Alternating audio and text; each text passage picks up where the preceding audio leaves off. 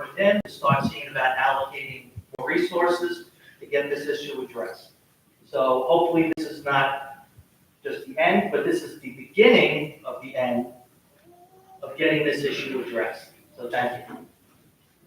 Thank you, Councilman. I just also want to recognize our former Assemblyman Harvey Wiesenberg for being here. Thank you, Harvey. This row says reserved, but I don't think anyone's going to be using it. We'll be over here, so for those standing who want to have a seat, this row is open for you. And I'm now going to give this to Ryan McTiernan from the City of Long Beach, who's going to moderate tonight and kick it off to the panel to give that presentation. Thank you.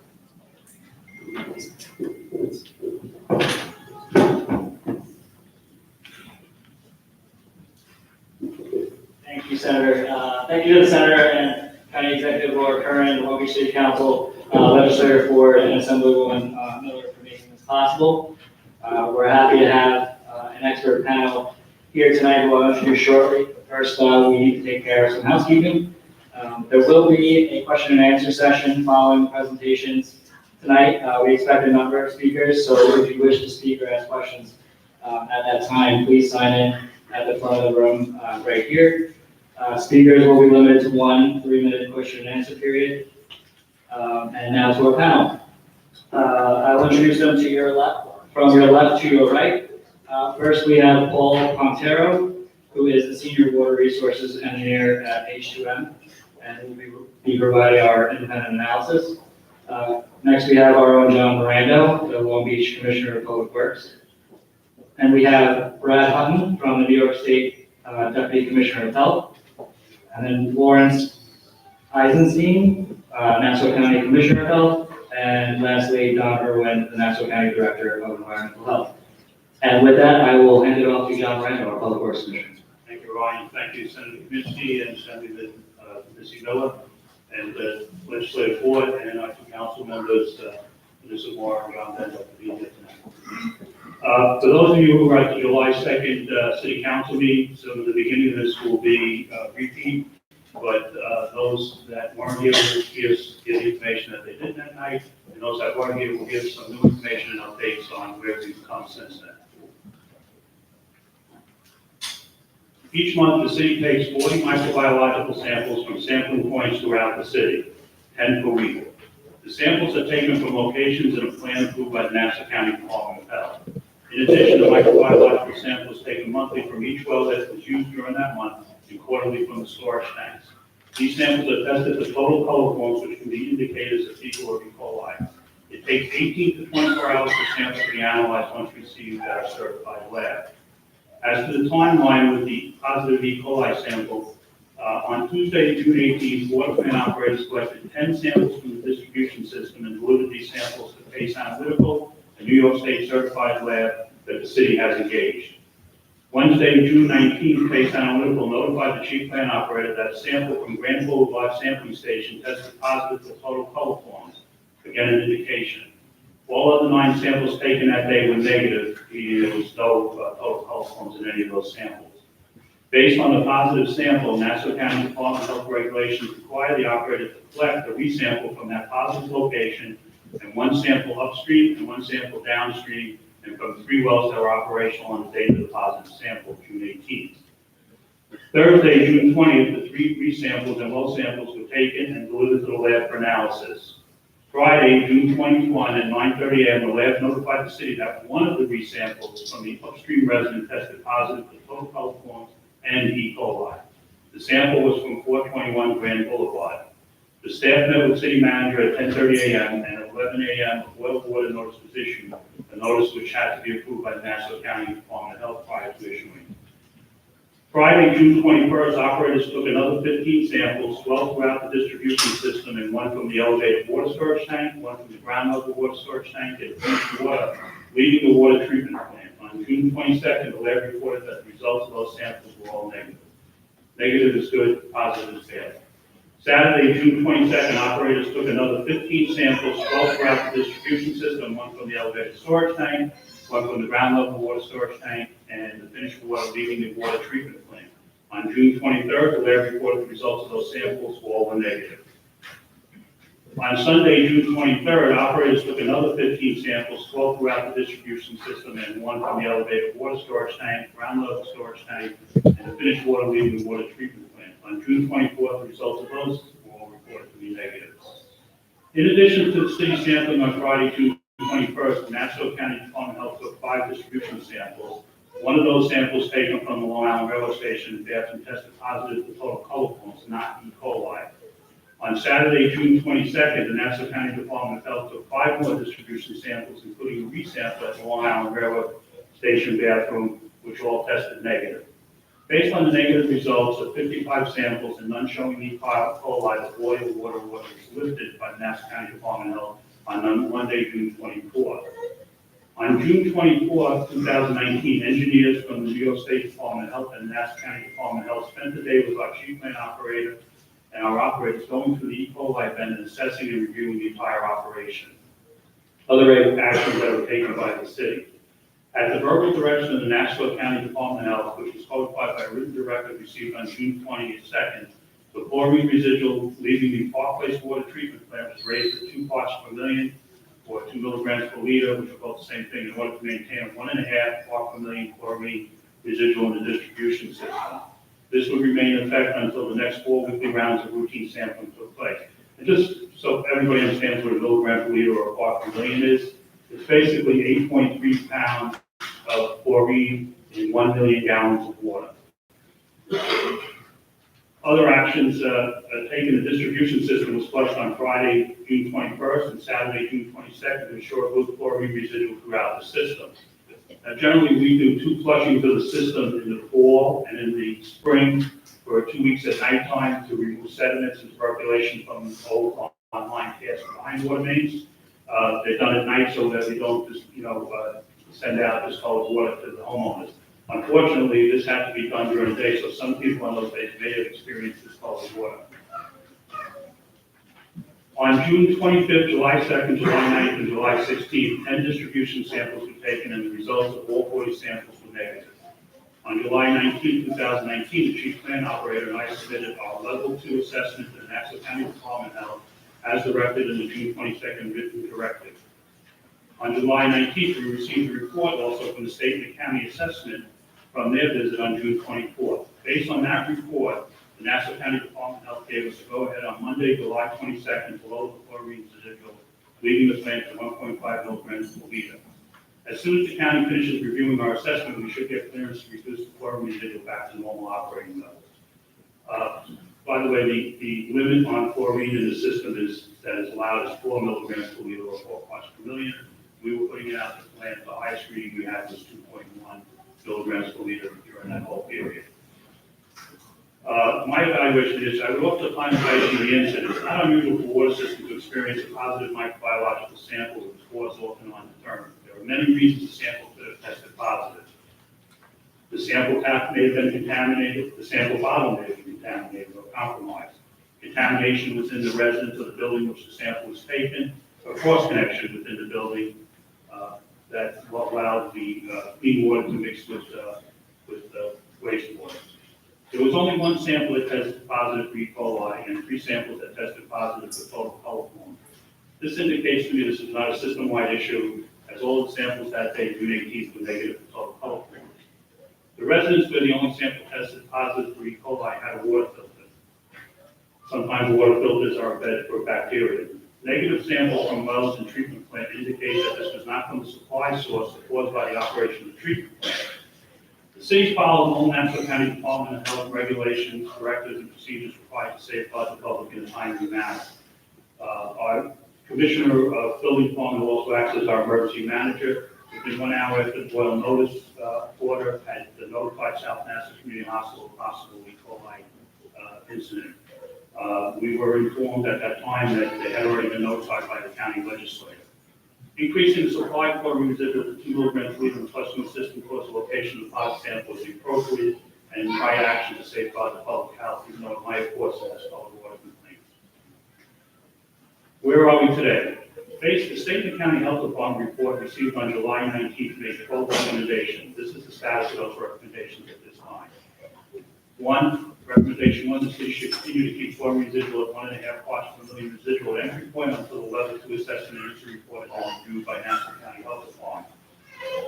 The city's level 2 assessment to the Health Department was submitted after consultation with Nassau County Department of Health. The chlorine residual leaving the plant was lowered to 1.5 milligrams per liter from the present 2.0 milligrams per liter. Recommendation 2, operators should verify that the standpipe is completely empty. We have taken our standpipe out of service due to a leak on the tower. If there is standing water below the drain, the standpipe should be pumped out. Preferably the line between the standpipe and the distribution system should be severed to eliminate any potential cross connection. The system operators have verified that the standpipe is empty. Design is underway to completely remove the standpipe in the 2019-2020 budget year. We will review how best to disconnect the tank. Recommendation 3, operators should collect pH and conductivity measurements along with chlorine residual levels with their routine coliform compliance samples to provide another means of identifying any changes in distribution system water quality. Our operators already take chlorine residuals and pH as new sampling. Portable conductivity meter is already on order. This meter will also test for suspended solids. The city should consider including heterotropic plate counts analysis at targeted locations in the distribution system with total coliform analysis using a membrane filter method to quantify the number of coliform colonies. The city is going to need further evaluation and verification from the state on this and the county. Recommendation 5, all gauges within the water treatment plant that no longer function should be replaced. Some of our pressure gauges on our sand filters do not work. These gauges let us know when the pressure loss in the filter requires the filter to be backwashed. Groundwater makeup and ion levels are so consistent that operators use run times instead to determine backwash cycle. However, the gauges will be replaced. Recommendation number 6, a third party should conduct a sanitary survey and comprehensive level 2 assessment of the system and develop recommendations. The sanitary survey should commence by August 1st, 2019. We recommend that Nassau County Health Department incorporate corrective actions into an enforceable compliance timetable. We encourage you to work closely with the Nassau County Health Department to ensure the scope of this assessment meets requirements. The city has secured H2M perform an independent level 2 assessment in addition to the one completed in-house. Paul Pantoro, to my right, is a senior water resource engineer at H2M, will be the project manager. Prior to joining H2M, Paul was the chief of the Office of Water Resources of the Suffolk County Health Department. Paul has written numerous papers and related to coliform bacteria, related to distribution system quality. So I think we picked the right person. 7, the water sampling station located on Grand Boulevard does not comply with current Nassau County Department of Health water sampling station guidelines and requirements and should be replaced. Components of the water sampling station were found damaged and leaking. It is also requested that the station be relocated away from trees and vegetation that may enter the water sampling during collection on a rainy or windy day. A new sampling station has been ordered and will be installed with an overhead shelter. The chief plant operator has already started plans for redoing all of our sampling stations. We have 5 outdoor sampling stations, and then we use 5 building locations for 10 samples each week. Recommendation 8, the city should evaluate repeat sampling locations upstream and downstream of approved distribution system sampling spots.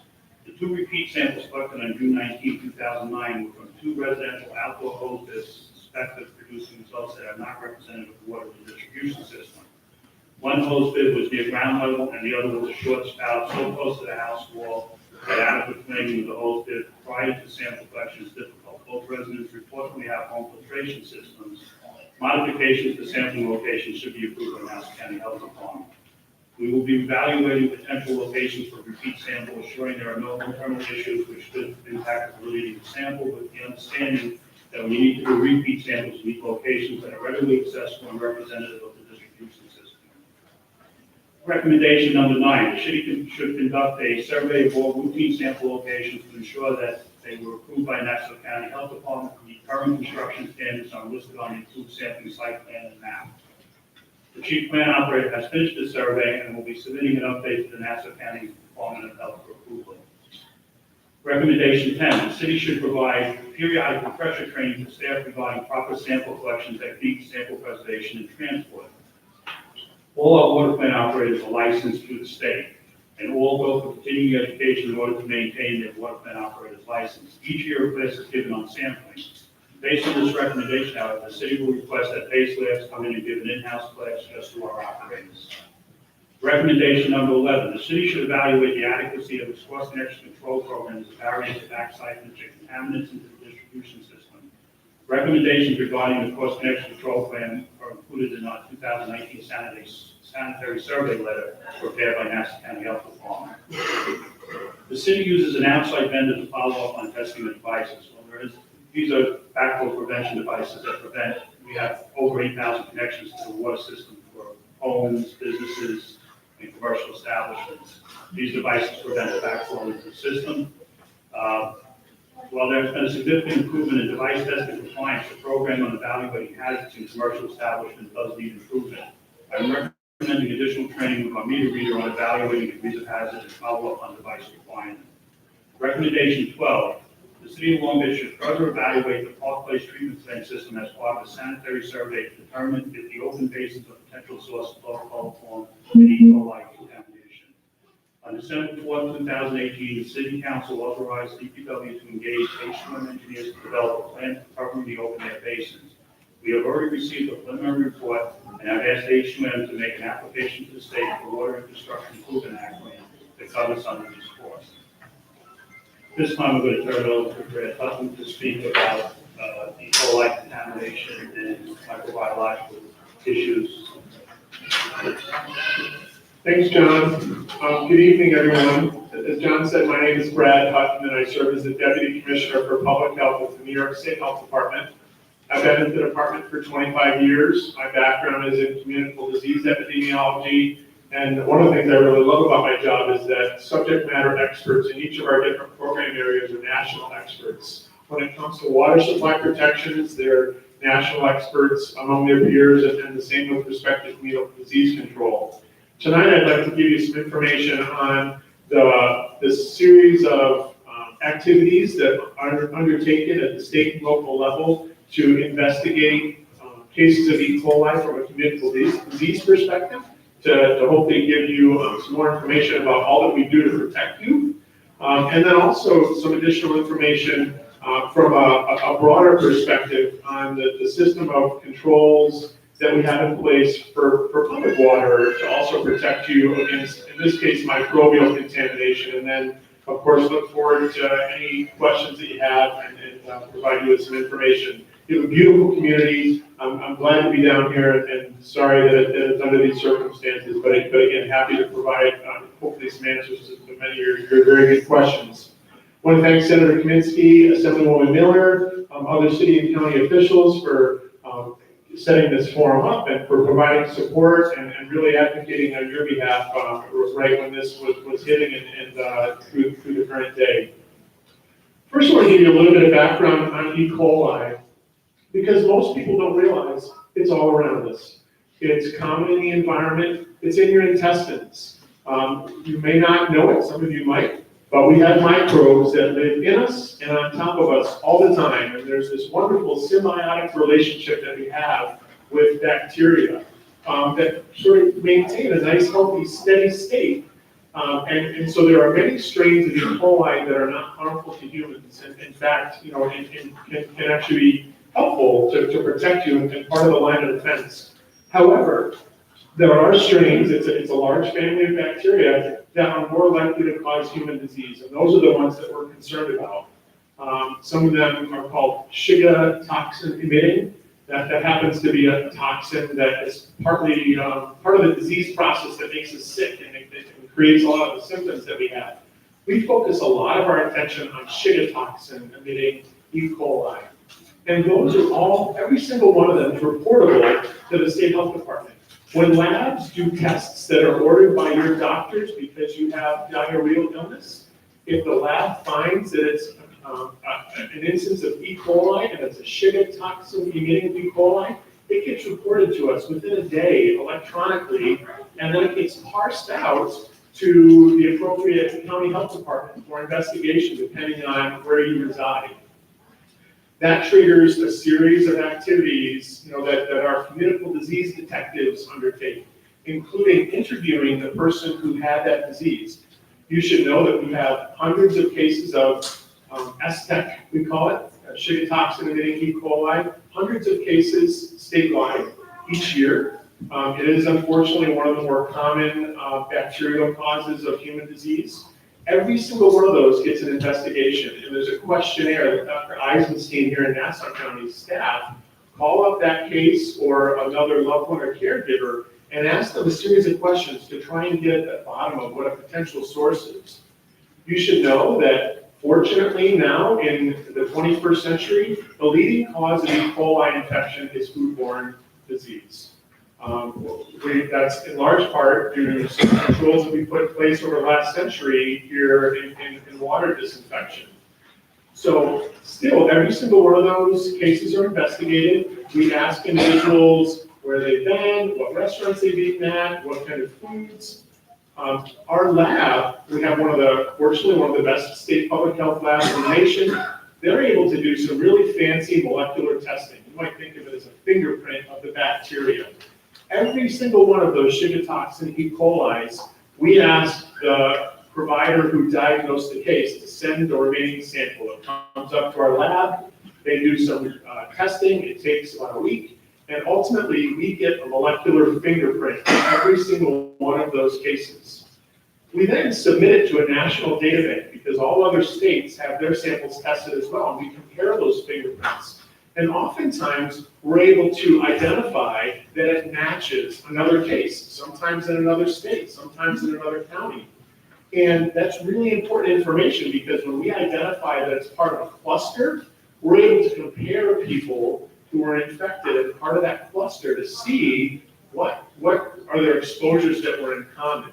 And oftentimes, when you see a food recall in the United States, it's as a result of that kind of molecular typing that identifies commonalities between people who are in different parts of the country. And ultimately, the federal government, FDA, sometimes the state government implements a food recall. Food produce, meats are definitely common sources of E. coli infection. And that's a really amazing development here in the last 10 years of my career. That molecular testing has allowed us to piece together cases of E. coli that previously we wouldn't have known were related. And so as a result of that, now today, the vast majority of E. coli STEC cases are foodborne related. Okay, so moving on, transitioning to talking about water protections. So what I learned in public health school, and you should all know, is that one of the greatest public health accomplishments of the 20th century was the formation of public water systems and the use of chlorine to disinfect and protect us against microbial infection. It maybe single-handedly was responsible for improvements in longevity that allows us to live to the ages that we live. In the early 1900s, late 1800s, there were cholera outbreaks, dysentery, lots of waterborne and sanitary conditions that resulted in people getting disease and dying, unfortunately, way too young. So it's a great accomplishment to public health that we now have public water systems that largely add chlorine, a chemical, to your water to disinfect and protect you against bacteria that's present. Remember, that bacteria is out there all over the environment, it's in us. We want to try and disinfect it to a level that it's not a concern in your water. So in my career, we really have not had the waterborne disease outbreaks that were in previous generations. Despite that, we have a series of pretty aggressive protections to make sure that we don't have an outbreak. And so John was describing to you some of the requirements that actually come to us from the federal government. We pass on, they're in our state regulatory code as well, that dictate those water systems. There's 3,000 that serve communities across the state, the number of samples that they have to collect in a given month to make absolute sure that there's no microbial contamination in the water system. And so here in Long Beach, it happens that they have to collect 40 per month. As John said, they have a plan that has to get approved by Nassau County, our really close partners in this endeavor, and by us, to make sure that their sampling plan is representative of the community. We wouldn't want them sampling all from one location. We want to make sure that it represents different parts of the water system. They collect 10 samples per month, and that happens, and you might not ever know about it until in June, when one of those 10 samples in a given week came back, as John said, as total coliform positive. So I want to say a little bit about that lab technology. John's staff collect the water sample. When they do that, they do their best not to introduce bacterial contamination when they collect the sample. The lab technology nowadays is amazing. It can detect, first of all, it doesn't detect the actual bacteria. It detects the presence of an enzyme that's metabolized by that bacteria. And it's so sensitive, it's so good nowadays that it can detect that enzyme's presence, and it changes color, so the lab has a way of detecting its presence. It can detect the presence of even a single unit of bacteria, whether it's total coliform or E. coli, so it's incredibly sensitive. And because it's so sensitive, we have to be absolutely sure we don't introduce contamination when we're collecting those samples, or we choose samples that are potentially contaminated near the local site. Despite the potential for contamination, John and the city of Long Beach, even just having a single total coliform hit or positive finding, it triggers a series of other requirements, as John was describing. They have to go out and do repeat samples. They did on the next day, both the same location where it was that positive total coliform hit, and something upstream immediately and something downstream, so we can help determine whether or not there's the potential for a system-wide microbial concern, and also if we know what part of the distribution it might be coming from. John's staff did that. The location that had the initial positive came back negative the next day. However, those two locations where there were repeat samples came back positive. And as John was describing, those are sites that they don't normally use. It was only sites that they were triggered as a result of this enhanced monitoring. They were private residences. They had bibs. If you picture your hose bib at home, they were close to the ground. John and his staff go through a lot of work to wear gloves, to flame the bib so that it eliminates the possibility that there's any contamination. They run the water for a period of time. I purchased a home that has a private well in the last year, and I really gained an appreciation for how important this is when you're collecting a sample, because there's such great prospect for bacteria to be present all over in your water system, especially at the site where we have a lot of hand contact, right?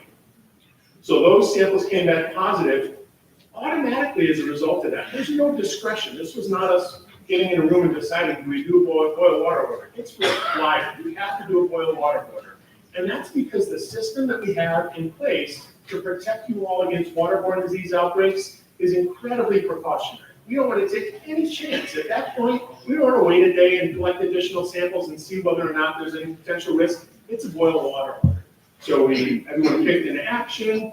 All of your elected officials helped to secure use of bottled water. We did some additional activities here to do a more comprehensive assessment to try and figure out, are there some obvious causes of those bacterial hits? I'll tell you, we spend a lot of time with water systems across the state. You're not unique. Many water systems have failing infrastructure because we're in the Northeast and we have older municipalities that implemented those public water systems in the early 1900s and still have a lot of that infrastructure. We have a lot of experience with challenged water systems that have microbial contamination. One of the things that comforted us very early on, John was talking about the chlorine residuals. He detects constantly from water samples coming out of the plant, what are those chlorine levels? And then went to distal locations throughout the city and said, what are the chlorine levels at those distal locations? To see what's happening. In a system where we have challenges with microbial contamination, the levels of chlorine are lower in the distal points that are coming out of the plant because the microbes are demanding that chlorine. We see lower levels. We did not see that here. There was no chlorine demand. Levels were pretty consistent throughout the distribution system. So again, it didn't look to us like there was any risk for system-wide microbial contamination. However, the way the rule works, again, to be precautionary, we have to have 2 consecutive days of negative testing, and we did county did sampling, the city did additional sampling. We needed to have 2 days before we wanted to take any chance and have you continue resuming use of the water.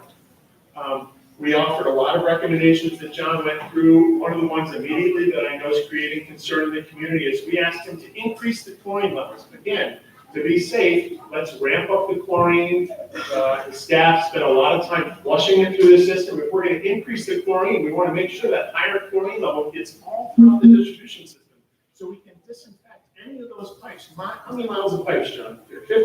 55 miles of pipes. We need to make sure have an exposure, a contact time to that higher dose of chlorine to make sure that if there is bacterial contamination out there, that chlorine is going to knock it down.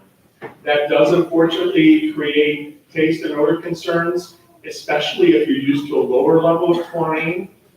As John mentioned, there are some regulatory levels that have been established at the federal levels for chlorine, even though it's been doubled here in Long Beach temporarily, it is still well below, half as low as the levels that EPA has set that could potentially begin to cause health effects long-term, not acute.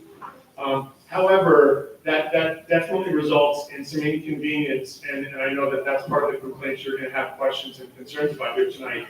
Fortunately, as John shared, they have now, at Nassau County's advice and our support, lowered the levels as recently as Monday back to 1.5. And if we continue to see those weekly samples come back negative, we'll continue to recommend lowering it. I do want to talk a little bit about the work that we've done in the community to investigate cases of E. coli.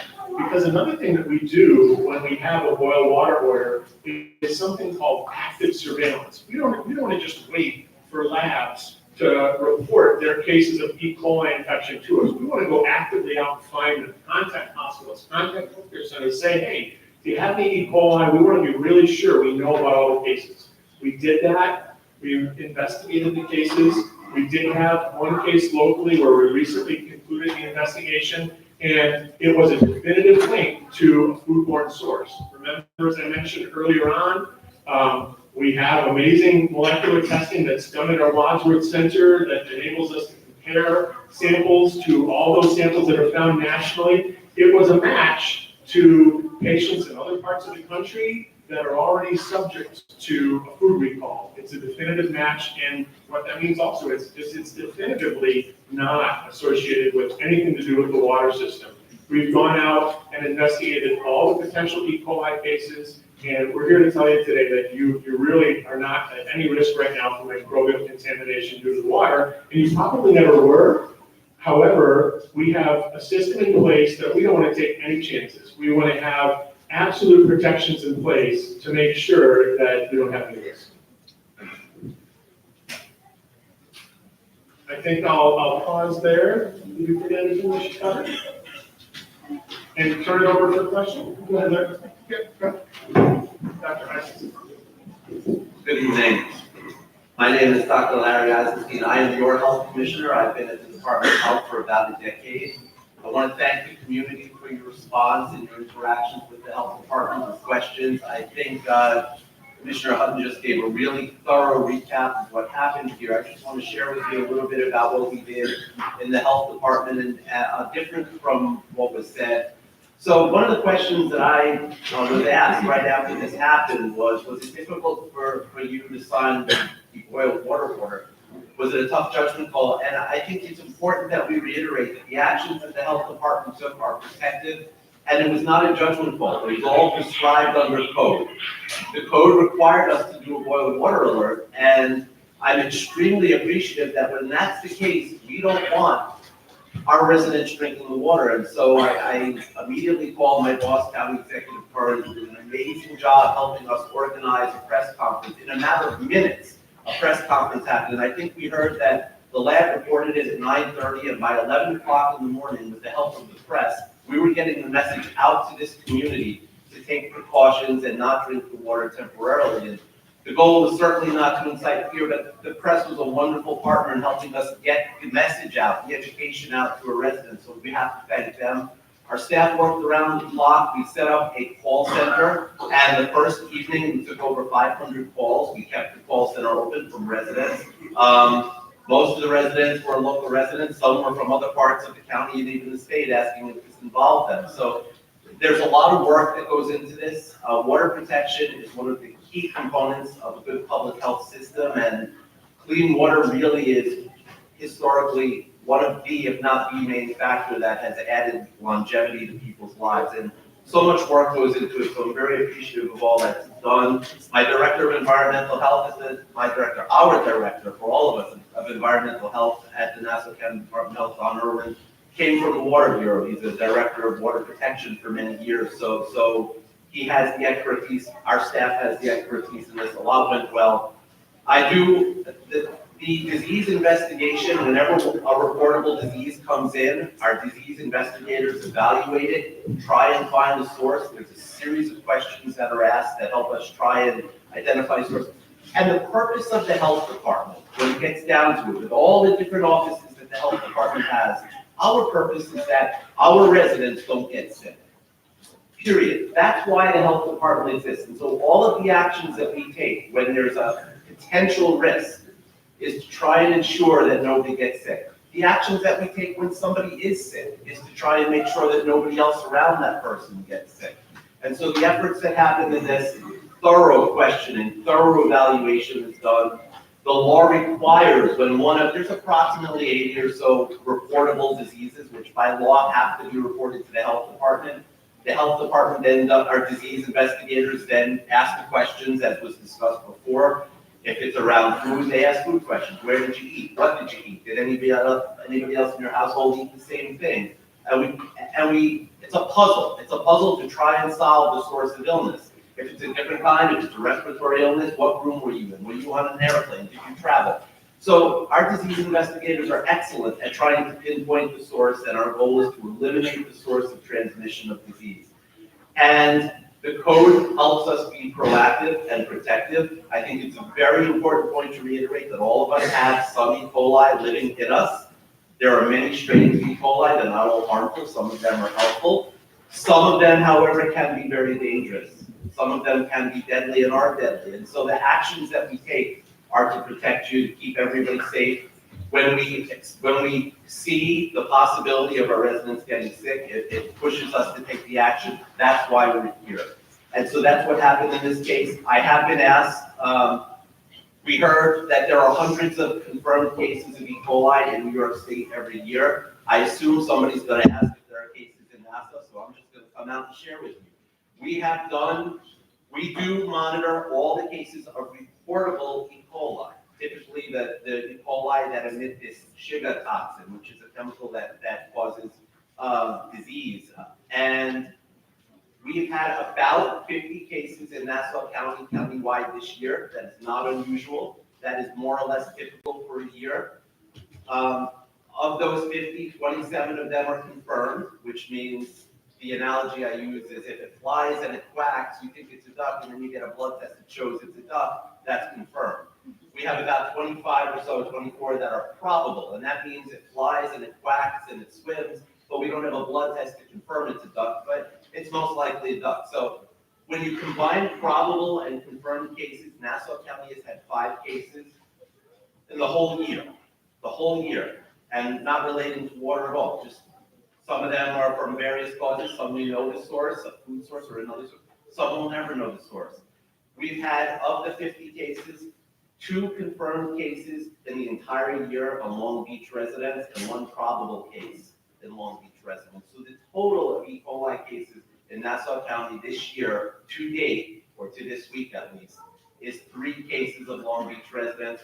Out of 50 in the county, that is pretty much consistent with the percentage of Long Beach residents out of the entire population of the county. And this is absolutely something we see every year. So from a disease epidemiology perspective, as E. coli goes, this has been a typical year, and we've not seen anything unusual. And I share this with you to provide comfort that we're not seeing anything unusual as a result of One this. is too many.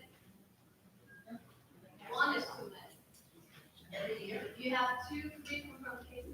I'm sorry, we will have time for speakers and questions and answers, but for now, we need to keep moving that on. So we investigate many thousands of reportable diseases each year and do everything we can to make sure transmission doesn't happen.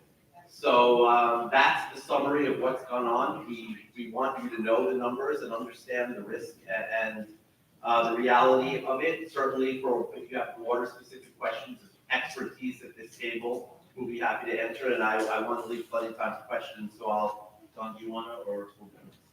Okay, so John, back. Okay, we can start with questions. Yeah, call for speaker. So I'll just remind speakers to limit to 3 minutes. I will put my hand up when you have 15 seconds left, just so you can get an idea of when to wrap it up. So our first speaker is Tim Craner.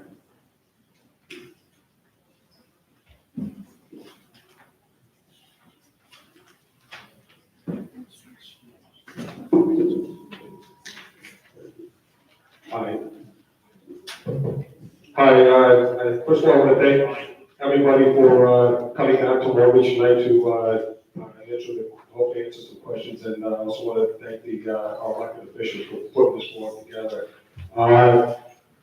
Since the E. coli breakup, in my mind, the E. coli issue was just another chapter in the book, okay?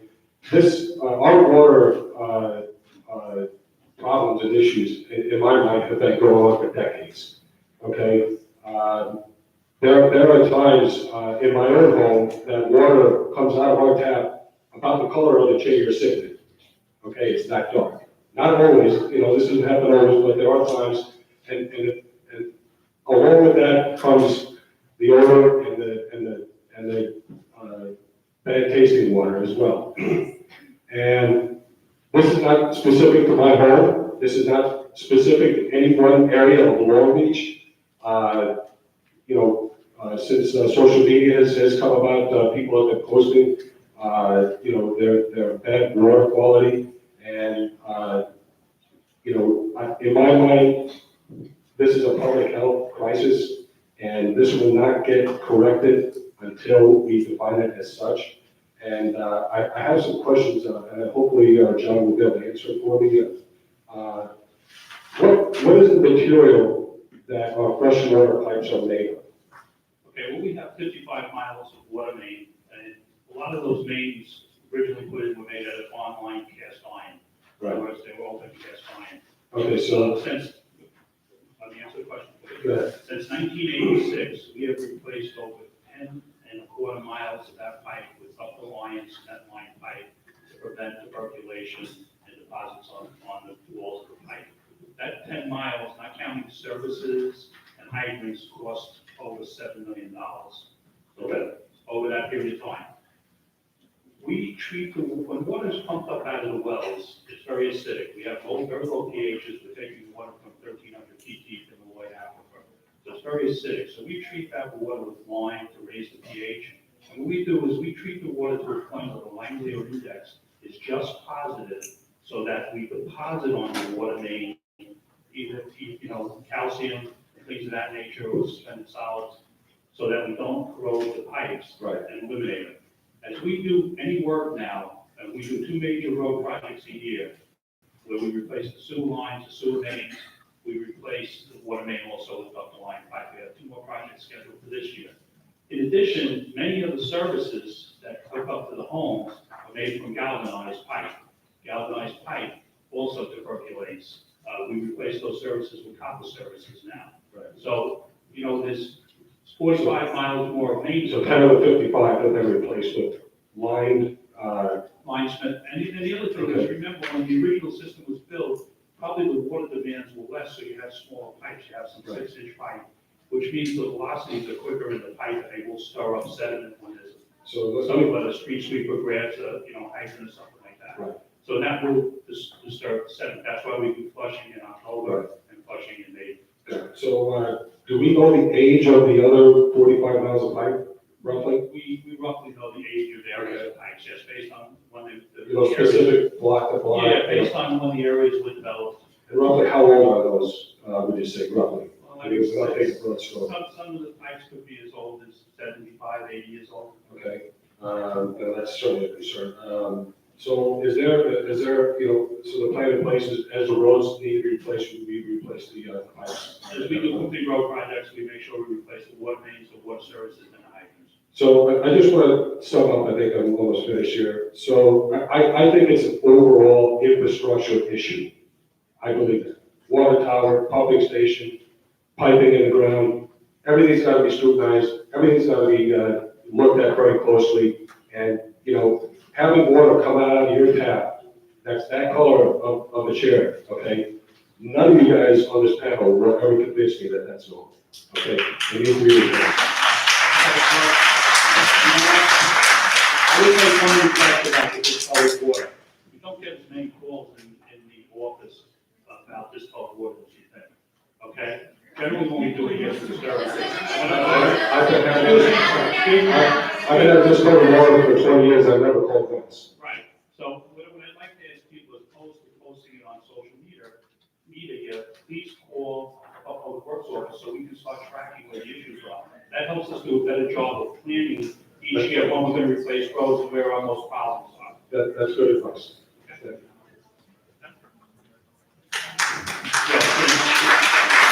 The number for anybody that has that issue, the number for public works is 516-431-1011. And you can look it up on the website. Our next speaker is Liz Treston.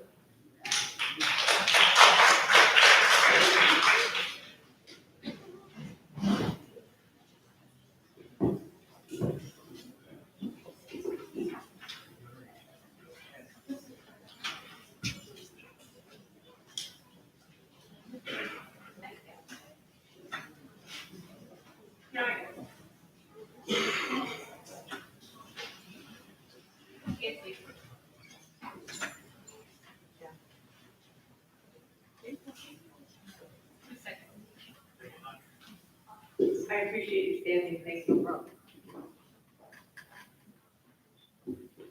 Actually, my question is for you regarding, does the hospital call you? Are they actually required to call you regarding an E. coli breakout? And again, let me preface, because of the stories on social media, and I agree with John that it would be one of the recommendations to add to the menu is to have a advisory committee that includes the residents to monitor social media so that we can get to you to let you know that these homes do have groundwater and they're still posting it as we are having this meeting continually. So there is an issue, whether people are calling, I don't think they are, because they don't know that that's what they're supposed to do. So back to the medical thing. So regarding the hospital is supposed to call you? So, in the old days, they might have picked up the phone and called, and the requirement on the books might be for them to do that kind of reporting. Nowadays, though, it's all electronic. When a lab has a positive report, they put it in their electronic system, and then each night it gets uploaded to a computer system that we maintain, and that parses it out. So we learned within 24 to 48 hours every case of E. coli. Some diseases prompt us to get called in the middle of the night, so we really get real-time reports.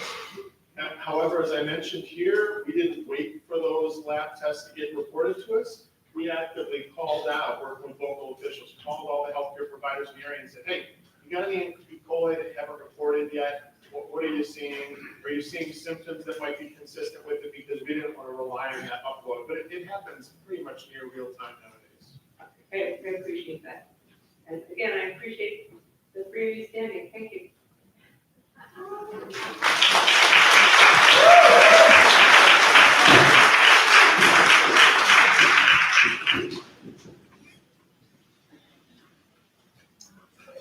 Next speaker is Phyllis Hoffman.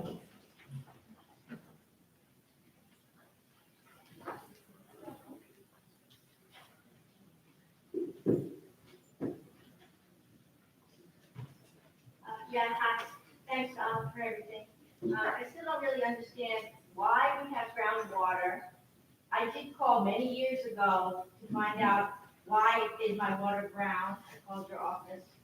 I was told we don't have groundwater, it's not the city's problem, ask your building manager. Every time I was saying, it's sand.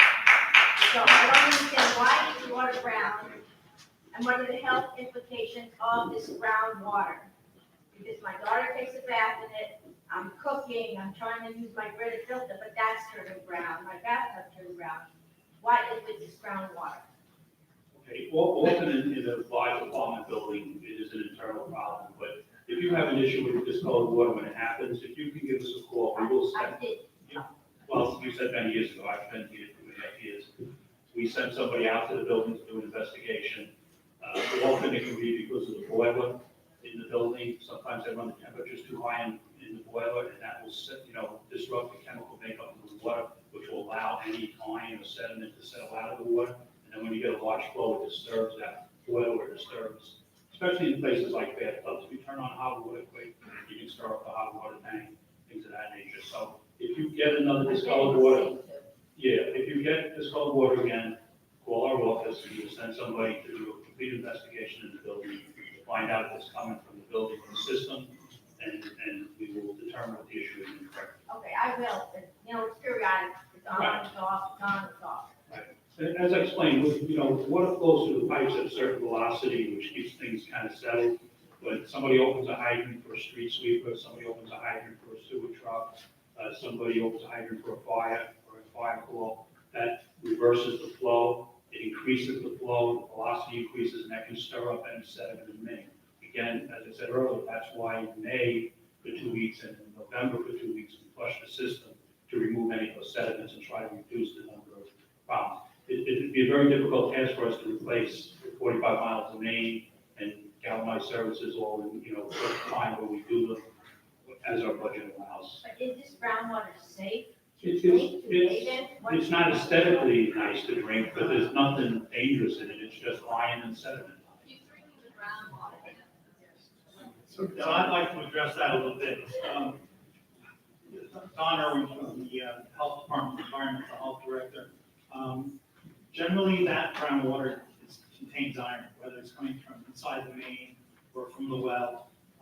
And it can be intermittent. It will also occur more frequently in the hot water tap. As John explained, the hot water will break down some of the chemical makeup that keeps that iron in suspension, and then it will come out. And so sometimes your hot water heaters need to be flushed out, but it's iron and it's not a health risk to you, but it's not pleasant. You certainly don't want to bathe in it or wash your clothes in it, and it's something that needs to be addressed. And I'm confident that if you call John and his people, they will come out and assess the situation. If at any time you're calling the city and you feel like you're not getting an adequate response to that kind of an issue, you can always call the health department, and we will take action and coordinate with the city to try to address your concern. What's that number? Okay. That number, to report that kind of water issue, the number is 227-9692. Thank you. And we'll post that on our website for you. Let me add one other thing. For any of you that have a home filter, your filter inside your home, whether it's under a sink or a home, any kind of filter, you have to be certain that you follow the manufacturer's directions in terms of maintaining it, replacing it, because whether it's iron or other types of things that would be more harmful, once it's saturated, it could those contaminants back into your water. So if you have a filter, please maintain it properly. And also, don't forget today too, many of your refrigerators that have ice dispensers have their own internal filter. You should also check those and replace them periodically. Alexis Tate?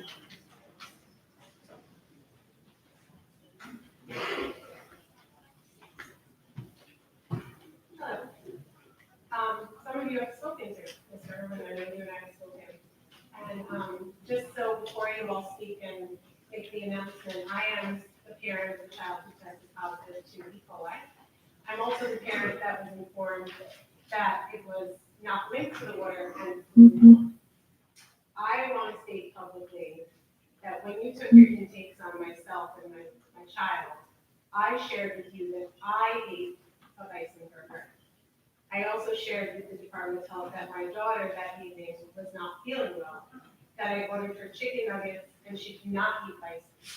Somehow she was linked to the foodborne outbreak, and I'm gonna give you that. That's not even my concern. So I have so many concerns, 3 minutes won't even really cover it, so I'm just gonna try and hit the main points. You said that there was active surveillance then. So I self-reported as soon as the hospital called me at 8 AM during the boil water movement. I at 9 AM called that number that you just gave us. And I self-reported and said my daughter was ill. I thought it was a public health crisis. I was concerned for the residents of my city that we had a confirmed positive E. coli during a boil water movement. When you say you took all actions and did active surveillance, I'd like you to explain to me what protocols were in place as soon as you received my call. What does that look like? I'll try and describe active surveillance was in place, but I didn't receive your call, so I don't know if I can chronologically answer that. You I should be think, able to I really think rattle what this that- off if it's a protocol that should be known by each and every one of you as experts. I would expect it to like, boom, this is the protocol. So go ahead, you have the phone. I'm anxious to hear. Yep, so those are phone calls that are made to all the different healthcare providers in the area, hospitals and others that could potentially diagnose the case of E. coli, labs that are in the area to see whether or not they have cases, to make sure that there aren't reports of E. coli out there that haven't been received by us in the county health department. That's what that protocol is that I mentioned. So what I'm more looking for is when a resident says there's a positive and there's E. coli, and we're under boil water, do you deploy people to be here to monitor the Facebook chatter, to monitor your phones, to have testing sites in place where sick residents, where there were many. And if you look on any Facebook page, which I believe I even shared with you guys, that if you looked, it was there. I didn't hear of anything happening. I know that residents were going to local area hospitals and being turned away. They were being told they were not testing. They were being told that in the absence of testing, if you suspected you had an E. coli infection, they would give you Cipro. As an epidemiologist, I'm sure you know that that's actually opposite of protocol and can kill people. My daughter was not treated with any medication because shibitoxin producing E. coli can then kill you if you take antibiotics. It can produce side effects, and you know that very well. So the fact that hospitals in the area were not testing, offering Cipro, that the city MD ran out of tests, why wasn't the Department of Health here, have people on the ground giving those tests out for free?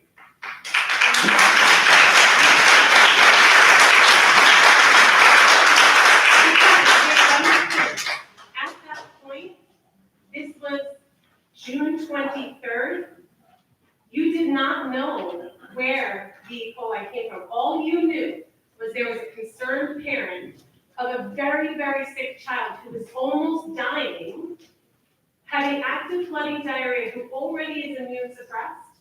And I begged you for your help, and I begged you to release this information to the public. And I took it upon myself, and residents here know, I went on every Facebook page and gave as much transparency as I could possibly provide to protect people. Where were you? I know my time is up. This is the point. Where were you? We had folks here on the ground within a day. As I described to you, we aggressively investigate every single case of E. coli. What was the Largely, protocol? that results in us determining foodborne causes of E. coli. We were working aggressively to implement protective measures in the public water system, including the boil water order. Really sorry that your daughter had that infection. I'm a father of 4 daughters myself, and I would be just as motivated as you to find the cause. I'm just here to tell you today that it's definitively not the water system. That's not what I'm trying to tell you. What I'm telling you is. Ms. Pace, your time has expired. Please wrap it up in a sentence. I have one last question. I have one last question. And this one's really important. And Mr. Irwin, I asked you this when you called me that morning prior to 9 AM. And you told me it was not confirmed that that it was not a match. What strain of E. coli was in the water? Because I'm aware that Wadsworth Lab was shipped a sample of the water. What strain was in the water? Can we guarantee that it was not linked to any person? And can we guarantee it wouldn't have made people sick? Can you answer that? Yeah, I can answer that. So as I explained earlier, the positive test was actually for the presence of an enzyme which can indicate that E. coli was present.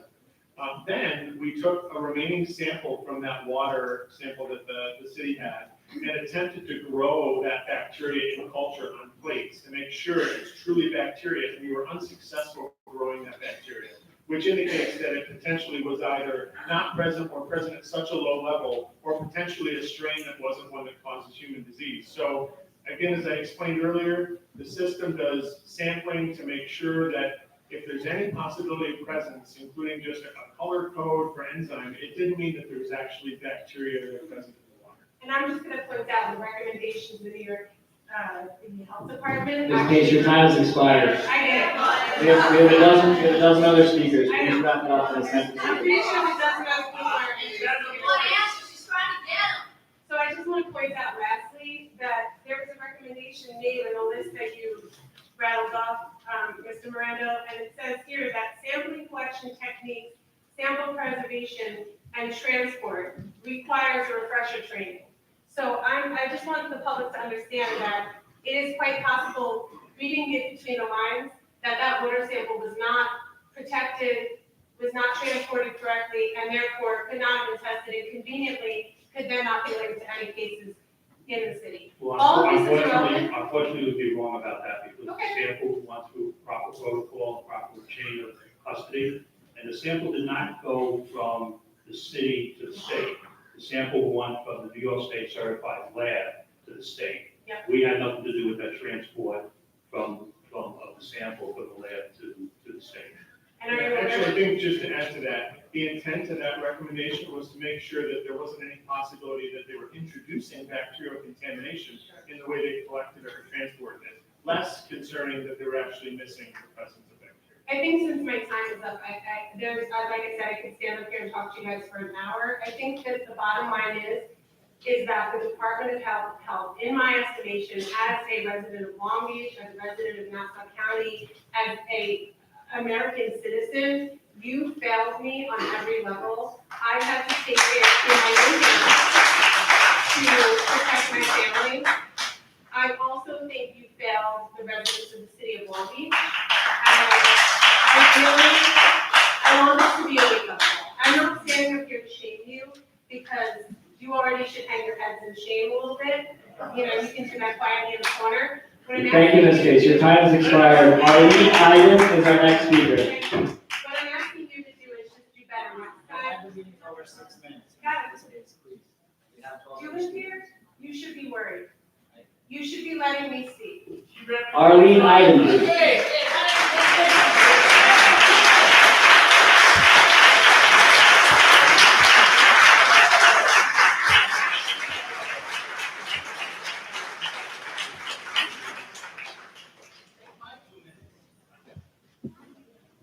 Mrs. Case, we'll be happy to talk to you after the meeting. I think we just want to be sure that others have an opportunity to ask questions. I'm not going anywhere.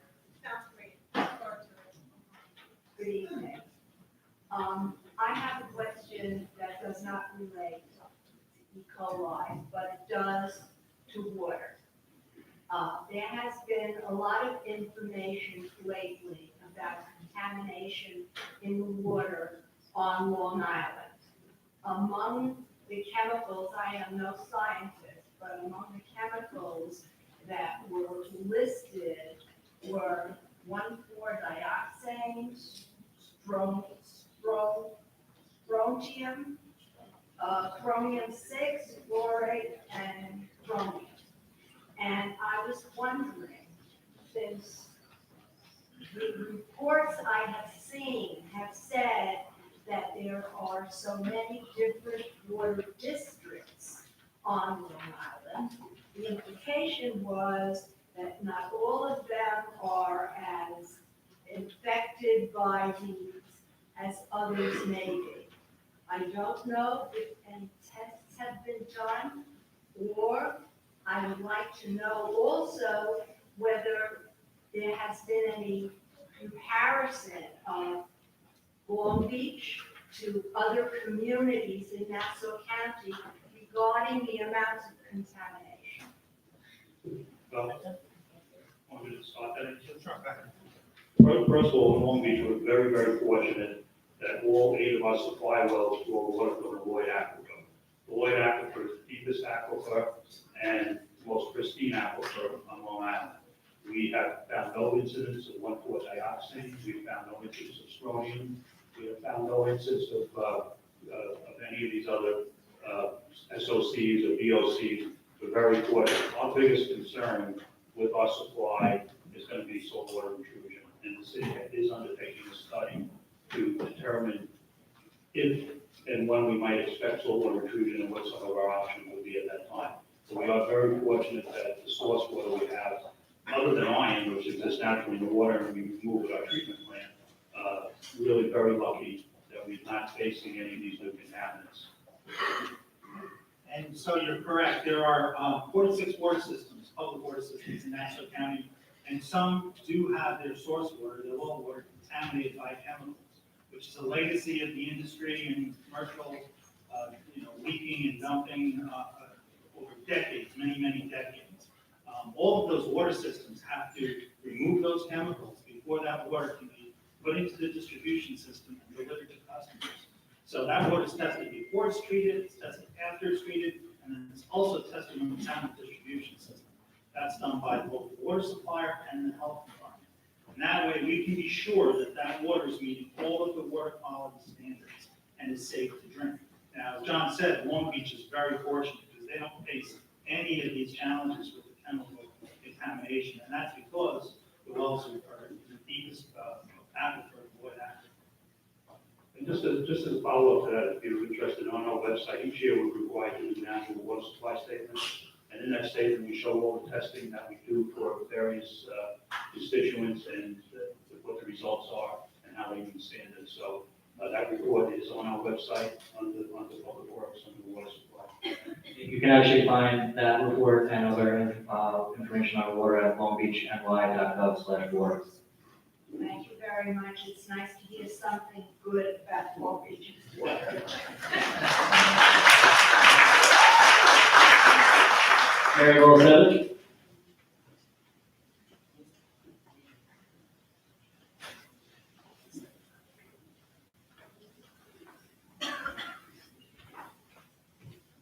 Hi, Mary Goldsmith, live in Long Beach.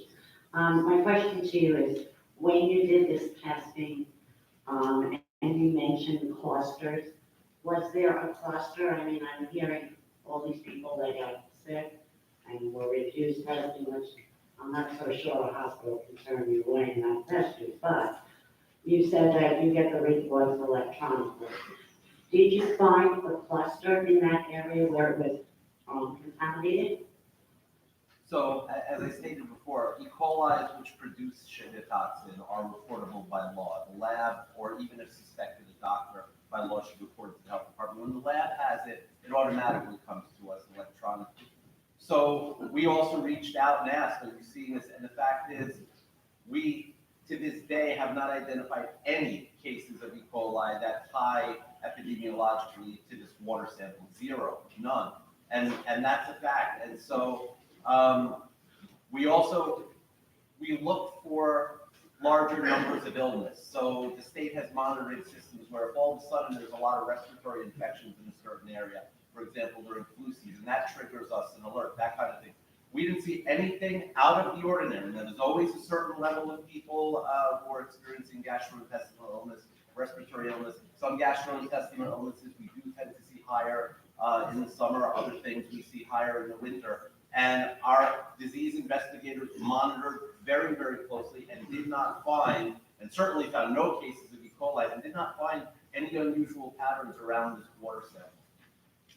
All right, because there was also a virus going around, I know, for that, because my son had it. And I would just say, all these people that got tested, has there been any sign of that E. coli that it would have been reported to you. So all these people that went to hospitals and were tested and went to doctors or urgent care, you would have known about that? If they tested positive for a reportable disease, by law, we would have known about it. Okay, thank you. Jacqueline Weiss?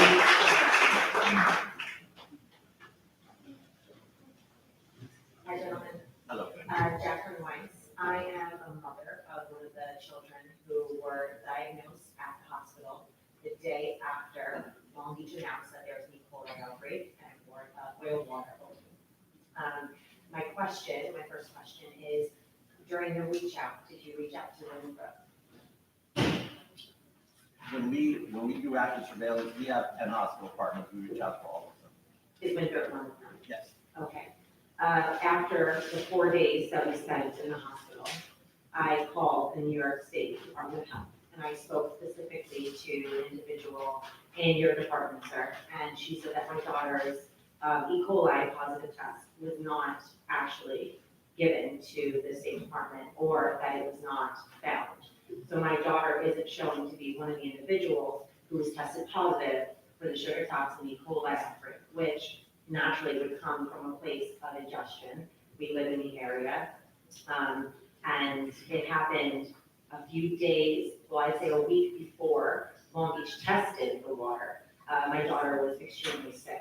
She was at the point of a 4-year-old being down 5 pounds, half of her sugar, half of her electrolytes, to the point that the doctors were extremely concerned. And so, hearing that the protocol was not correctly taken, either from the hospital or New York State, is frustrating, because then for me, I wonder how many other individuals or children out of the community, especially that there's been over 200 people stating that they were sick, including my husband, my other daughter, and myself. If that was missed, which is quite a miss, if I would say so, how many other times were missed as well during this exact situation? That's the frustration I have, because to spend 4 days in the hospital with my daughter, hearing horrific news that a 36-pound girl has lost 5 pounds, which on her is like us losing 30 to 40 pounds. Is this being taken as serious as you all are saying it is, yet serious cases are clearly being missed? I hope you understand a little better first. I know that that's a traumatic experience. I'll be happy to go back and get your information, and I can catch up with that staff member and see if I can figure out more about the circumstances in that case. And we can be back afterwards. And we'd like to know too. We'd like to know as well, because the law is, if there is a E. coli case, that it is to be reported to the health department. And if that wasn't followed, we'd like to do what we can to make sure that doesn't happen again. So. And we'll it's work with the actually state. for us to get a sample and potentially try and determine what the cause is. If Winthrop, if that's the hospital that diagnosed the case, they often retain clinical samples. So we're looking into it. Thank you.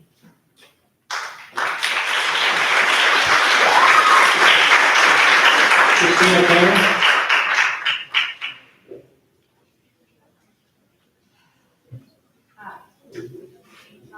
Well, to start with, thank you for having me today and giving everybody the information. I just wanted to start with a little bit of my background and what my story is with the water. I moved here in 1999. We lived in 185 Park Avenue, and I noticed right away coming from Queens, where you drink right out of the tap, that the water smelled a little funny and it tasted a little funny.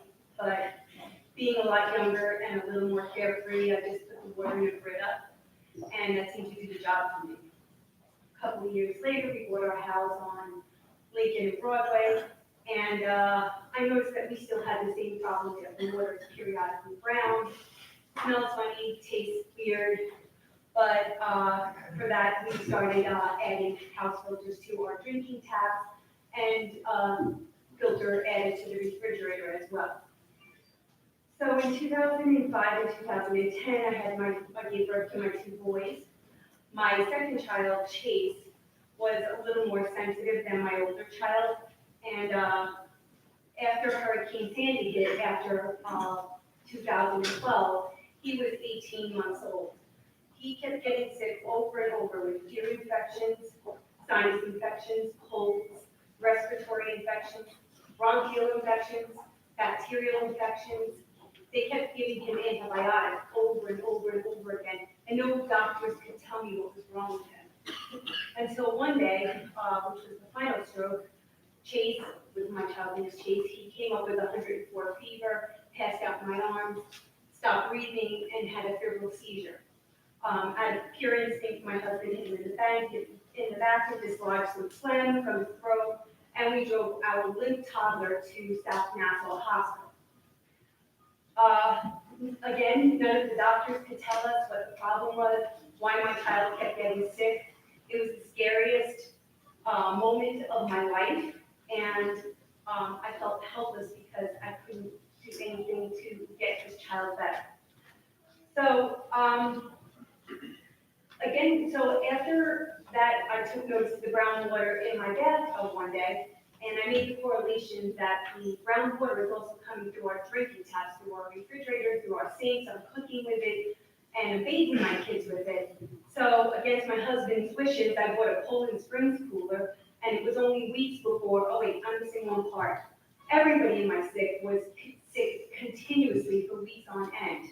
We were so sick that I called the fire department, the Long Beach Fire Department, and asked them to come and check our house for carbon monoxide. It was unexplainable. So at that point, I took notice to the groundwater in my tub, made the correlation.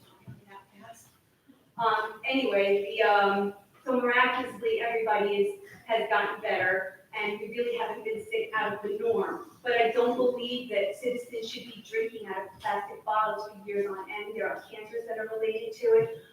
Our problem is not, although I feel for the people who have E. coli, and it's definitely an alarm, our water here has been bad for years and years. We need new water tanks, we need new infrastructure, we need each of those pipes removed and replaced. I know that it's expensive, but we are one of the few communities that have a steady stream of revenue, and this needs to become a priority. And I'm very upset that this has not been a priority before this. Thank you for your time.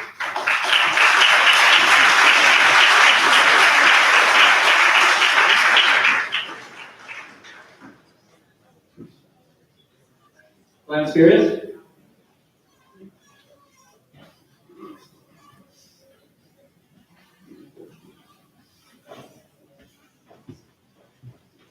Good evening, elected officials. Good evening to all my neighbors.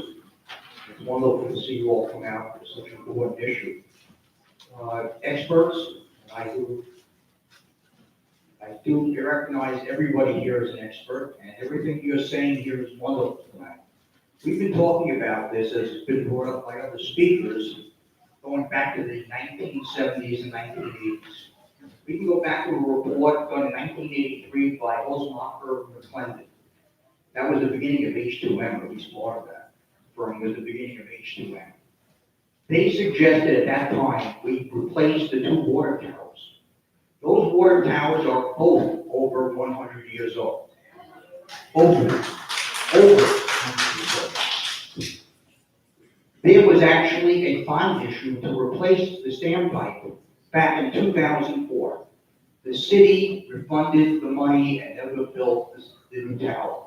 There's got to be a political will. This has to be done politically. This is not going to be done by the experts. They're telling us what we've known since the 1970s. Nothing's new. We knew that we had to cover the holding tanks at Park Place. We discussed that in the early 2000s. We discussed all the issues that you brought up here, year after year after year, going back to the 1970s. This goes back to the people sitting in the front row here. You have to have the political will to budget these items, find the money, whether it's city money, state money, county money, federal money. You must find it. What kind of city will we have if we don't have clean water? We used to call ourselves America's healthiest city. And here we are today, 300-400 people concerned about drinking water. We know there are thousands that are concerned about this. We talked about putting additional, filters on the water plant itself to get the iron out of the water. This is not a new issue. When I was city manager, I was given pills. This is true. I was given pills to give to the residents when they came up and complained about iron being in their laundry, that they should put these pills into the laundry. Because the city council didn't want to spend $250,000 to put a filtration system in on the plant. These are not acceptable answers. Once again, it's up to you in the front row. I do appreciate all your knowledge. You're telling us everything we've known for years and expanded on it. And unfortunately, we're in the same situation we've been in since 1970. So please, elected officials, I'm glad that you called this hearing today. I respect that. That's a beginning, but we have to take it all the way to the end.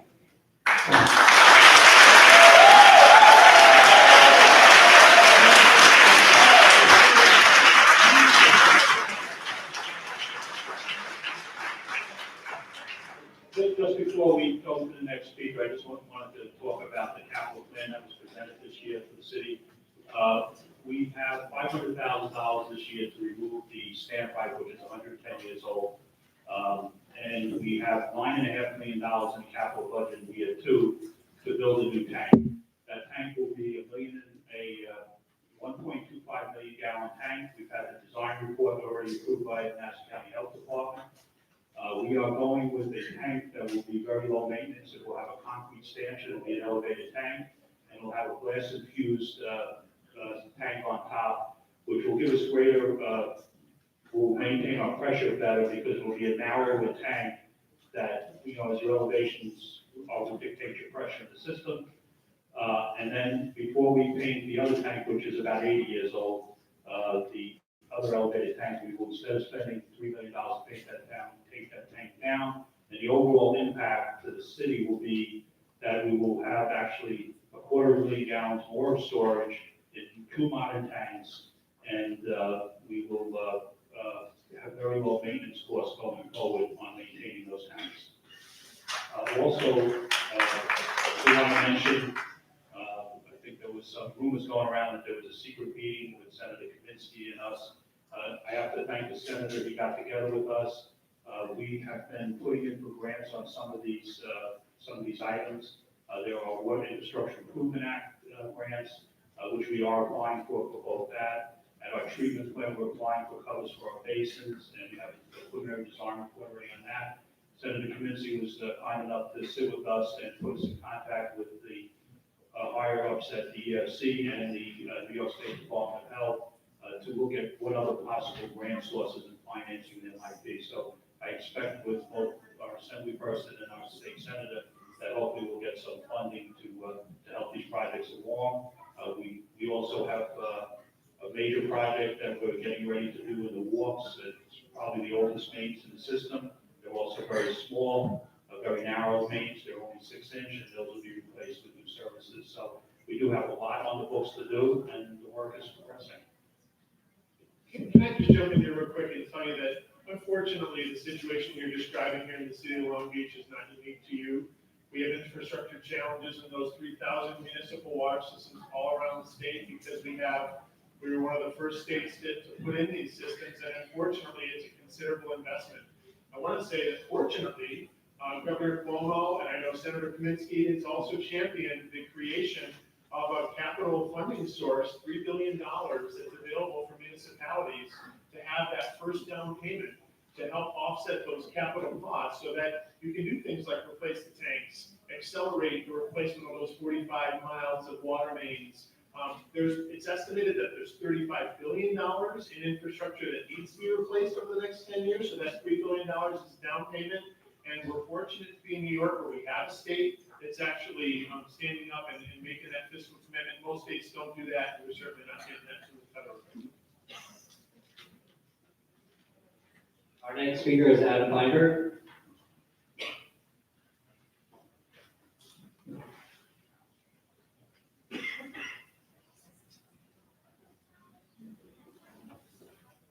Good evening. Thank you to the officials who helped organize this and the information. Sorry, there we go. I thought it was long enough for this time. Thank you to the officials and the committee. You shared with us some valuable information. It's good to hear that there are some steps being taken. In full disclosure, I'm not a Long Beach resident, but my mom is a 5-year resident of the Granville Rehabilitation Center. And one of my concerns, of course, is the immuno-challenged, elderly, folks like that are more vulnerable to the problems with the water than the so-called more healthy residents. They're even vulnerable to some of the things that are in the water that we use to kill pathogens and other chemicals that are present in the water systems. Even though we need them there, they're still vulnerable. I'd be curious to know if it was the councilman who's got the whole home filtration system. Do you have groundwater? Say that louder.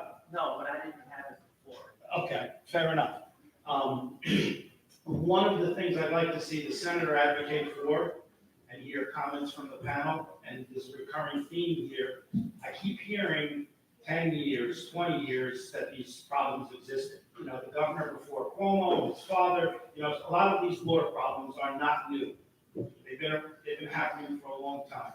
So I'd like to see the senator and even members of the panel support perhaps an informational session where a vendor or a group of vendors might be able to share with the residents who have the means to do so what the cost looks like if they don't want to wait for the bureaucratic government to finally get around to making the water the way it's supposed to be.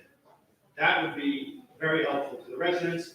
Some of the residents have already taken matters into their own hands, and I'm sure some of the other residents might be curious to know about some of those systems, that they're more affordable and they can help when you don't want to wait for the government. The people who have age, they're going to wait for the government, they're going to die. So that's all I have to say. Just on that, just on that line, I'd like to make a suggestion. Somebody's been going around dropping off these free residential water testing programs. And just want everybody to be aware, this is what they're giving you to test your water. And they're telling you they're going to do it for free. Every constituent we test for in the home, we spend $60,000 a year testing the water for various constituents. You can't do a sample for free and determine the quality of the water. This is a gimmick to try to sell filter that you may or may not need. So I would just want everybody, make sure you deal with a reputable firm and plumber, somebody that you trust, check with the Consumer Protection Board, make sure they're not, If the government vets some of the potential sponsors or some of the potential vendors and has them qualify and submit to a rigorous. Right, they should They really should, get that's, a license. right, that's who the residents should have, right. I agree with you, that little bottle is not enough to test for many of the. Can I just add that we have numerous water experts from our team that are here. I know Don and his team are here. I'm sure we'll be around if you want to talk later about private solutions that are out there in the market, pros and cons. We've got plenty of engineers who'd be happy to sort of talk to you about that. Okay, thank you. Any questions? Yes. Diane Hanson?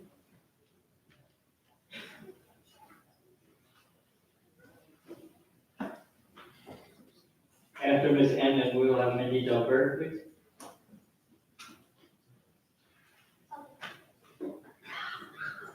Good evening. I'd like to ask a question, that has not been asked. Over 10 years ago, it's about 10 years ago, I was asked, by a person who was living, at that time, I was living in a condominium, on Broadway, a large building. They had sent out a sample to a reputable laboratory, to look into the results of that lab on the water. They had a concern. I had a chemistry background, so I was somewhat active at this condominium. So they came to me. And one of the things I did with the results was to look at the raw data at that time that was produced here on the water quality, as you referred to. And I noted that besides the high iron content, there was a higher manganese content with that iron, well, you can take it back on the iron. And then was permitted, it actually slightly exceeded the level at that point in time at that location. And my question goes two parts. One, I appreciate why you had to elevate fluoride, with the E. coli problem. So my question is, with this higher level of fluoride, how do you think that might affect, if, I don't know, because I haven't looked at any of the data recently, quite frankly, this recent water problem brought this back to my mind. How it might have affected that, or will affect that, if the manganese at this point in time is elevated. And my concern about the manganese is when you do have manganese at a toxic level, I'm not saying it was at that level, obviously, you can see neurological and even behavioral problems in human beings. This is published. I went into the medical aspects of manganese when I found it elevated. So I understand the whole concept of why iron is here, with the aquifer. And my concern is, has anybody ever looked into manganese levels here? Are they of concern? You mentioned raw water samples, so you looked at the raw water that comes up out of our wells. Yes. Okay. Yes, I did. And there is iron and manganese in that Right. water. Okay, Right. so the process is the 8 wells that we have come to a central treatment plant. Yeah. When it gets to that treatment plant, the water is, we add lime to raise the pH. Yeah. We aerate the water to precipitate the iron and the manganese. Then we add alum to clump it. Then we run it through a settling tank so that all the iron and the manganese settles out. We remove that iron from the settling tanks and ship it to the wastewater plant. And then the water is finished through sand filters. So when the water leaves the system, and goes out into the system, it's very low concentrations of iron and manganese, way under the standard. What you're seeing in iron and discolored water is actually coming from the online pipes in the system. So you think that the manganese that was produced in that sample, the manganese originated in the pipes within that condominium? No, you said that the manganese levels and the iron levels you talked about were in the raw water. No, well, yes, but also they came up in the sample, sent out, after the water was drawn in the condominium and sent to a authorized laboratory. When was that sample taken? This is a long time. A long time. This is a long time. I can't speak of present, because to tell you quite frankly, I have not had the time nor the intellect quite, but I am seeing people talk about other issues of water, and I do follow water in the sense that I am familiar. I did on the North Shore follow concerns of the contaminants that we don't have, because I lived in the North Shore near a Superfund site. Ms. Hannon, your time is up, please wrap it up in a sentence or two. So I can tell you that iron manganese among all the other elements, contaminants in the water are tested again, in the raw water and the treated water before it goes out to the system, but also out of the system. It's tested by the city and by the health departments. We know what's exactly in that water, and it's reported to you every year in your annual water quality report. So we're very confident that this meets the standard. Thank you, Delbert.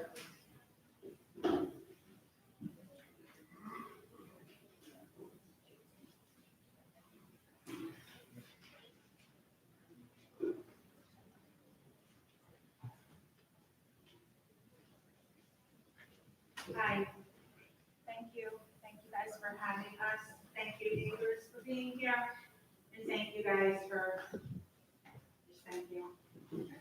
Dr. Eisenstein, this actually is for you. You stated at the news conference with Clark Curran about the symptoms that you would have. With all due respect, sir, not everyone went to the doctor. And not everybody, not everybody went to the doctor. And I just would love for transparency here with the people that either online, people that are sitting here.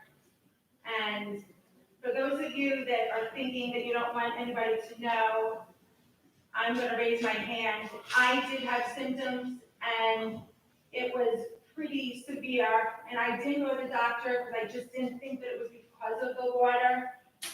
And it was really unbelievable to me to think that I'm living in America, in Long Beach, this could be happening to me. And I think to myself, why didn't I go to the doctor? I was thinking because I just couldn't believe that it was from the water. But then I started talking to different pockets of people all over Long Beach. And it was happening to them, and them, and them, and they too didn't go to the water. And, I mean, they too were drinking the water, obviously, and they too didn't go to the doctor. So, I know that you had said, based on the data, that people can, you know, eat the foodborne illness and all that, and it's high in the summer and everything. I just want you to realize that there are people that did get sick from the water. They didn't go to the doctor. So just by a show of hands, and I know people are raising their hands, they don't want their neighbors to know that they may have had the symptoms. Okay? So, we acknowledge with any illness, there's a certain percentage of the population that don't seek medical care. We understand that the numbers are not perfect. All I can report on is the numbers that I can confirm. So, as far as the press conference of symptoms, one of the reporters asked me, what are likely symptoms? And so as the doctor, I provided likely symptoms, but I also say not everybody has them, the range. Some people get sick and are very mildly ill or not at all, and others can have very severe illness. So just giving people a guide as to what to look for, with the hope they will seek health care, because these can be dangerous infections. I'm happy you're better now. That's ultimately what we want, but we absolutely acknowledge that there's, in any illness, a certain percentage of the population that doesn't seek medical care, and they're not counted in. And that's why every year when the CDC talks about how many people got a certain disease or how many people died of a certain disease, it's an estimate based on, you know, what we see and what we know in the population.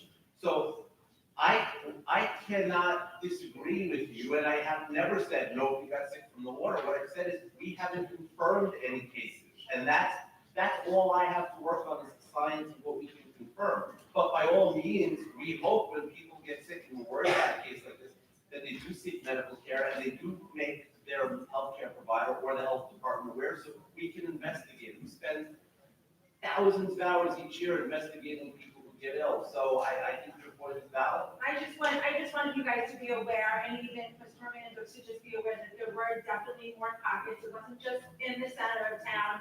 There was definitely people in the West End and East, all over the city. Thanks for sharing that. I think you make a good point. The diarrheal illness is unfortunately common. There are lots of bacterial and viral and other non-communicable causes.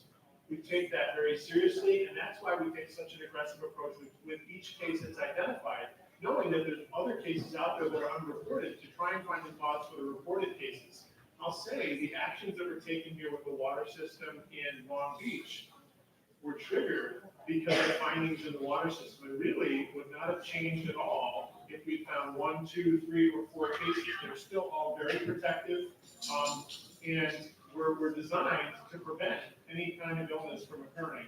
So ultimately, there may have been other cases out there that were unreported and undiagnosed. We still took we would have taken the same protective measures here in the city of Long Beach to require a boil water order, to increase the chlorination levels, et cetera. It wasn't prompted by the number of cases. So I know many of you are concerned with, well, is it 1, is it 2, is it 5 or 10? Regardless of how many are out there, we don't have any evidence at this point that any of them are definitively linked to the water system. A lot of the other information that I shared suggests that there wasn't a widespread problem with microbial contamination, but regardless, all the same actions would have been the same. We would have taken the same actions in Long Beach to increase the chlorine levels, to do the flushing, to put the boil water order out, because our actions are not prompted by the number of cases. Our actions are prompted by those other controls. That's what I just wanted to tell you. Okay, thank you.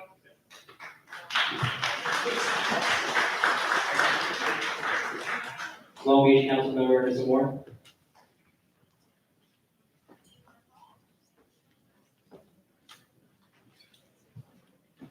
evening. Once again, thank you to all the members of the panel for all of your thoughtful answers. I believe tonight, we really came together as a group to really move forward with this issue. Just going to be brief because time is of essence. At the beginning of our conversation, there was a lot of information with respect to the importance of the samples, and I'd like to just go back there for a moment. Can you just explain briefly why was such a small sample size utilized to make determinations with respect to the data? The requirements, So it's in the state sanitary code. So if there's a total coliform positive, and one of the repeats is E. coli positive, there's no discretion. That becomes a tier 1 notice. It has to be boil water order until we get at least 2 consecutive rounds of sampling. So in terms of the quantity of the size, for example, I think there were a lot of numbers. One number that was stated earlier was 55 samples. So again, because we have such a large population, I'm just wondering why the sample size was so low. And also, the number of samples that were used to determine if this was indeed positive or So negative. that number of samples is in addition to the 40 routine samples that are done. So they're done throughout the community on consecutive days, and the health department is also collecting samples. We want to collect as much data as quickly as we can. No, agreed, and that was my concern, that if you had 40 and then you added another 55, it's still relatively small because of our population size. So that's why I asked that question. Well, the population size dictates how many routine samples we do. And just for clarification, there have been over 100 samples now that have tested negative since that one sample. And again, it sounds like, I'm not an epidemiologist, but it sounds like they wouldn't find anything in that sample. well, and I think the other point is, it has to be pursuant to an approved plan that's representative of the distribution system. The system here has not had a history of positive hits, so really, they've got 40 a month for a long period of time. You know, it really is, and more than that, it's a sample, especially when you factor in that it's an incredibly sensitive test. Even just a single hit, we take aggressive actions. Thank you. Secondly, is there any medical research out there, any information with respect to the effects of long-term consumption of water with excessive iron levels?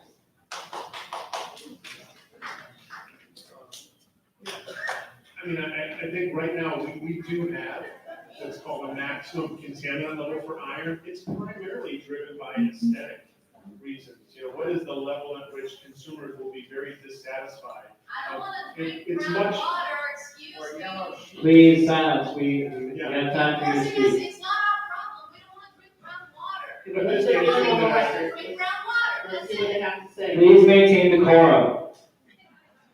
I think my point was that the levels that are required are set to make sure that consumers don't have problems with discoloration related to iron, and it really has less to do with health effects and more with making sure that the aesthetic quality is a product that's acceptable to consumers.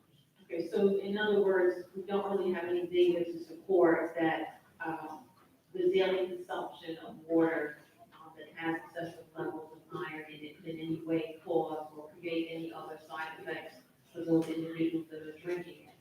Only because for several years, and this is before we have our Commissioner Miranda here, there were many residents that did call the city of Long Beach, and they were told that they should just leave the water running for at least 5 minutes, and that the water was safe. And so many residents just at a certain point just gave up, stopped calling.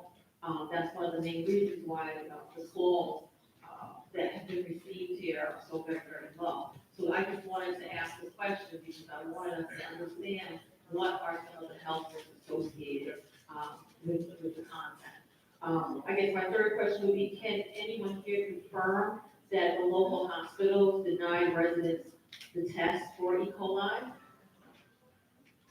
I certainly am not aware of that. We'll be happy to contact some of the healthcare providers to see if we can get to the bottom of that. I don't know why they would. I mean, if an individual is experiencing symptoms that could have potentially been E. coli, it's our experience that it would certainly do that, but we'll look into it. We've heard more than one individual. There were several that residents, search. Yep. and obviously on social media, people were saying that they were being turned away, and so I just didn't know if we had any further data that stated that. Not aware of that, but we'll look into it.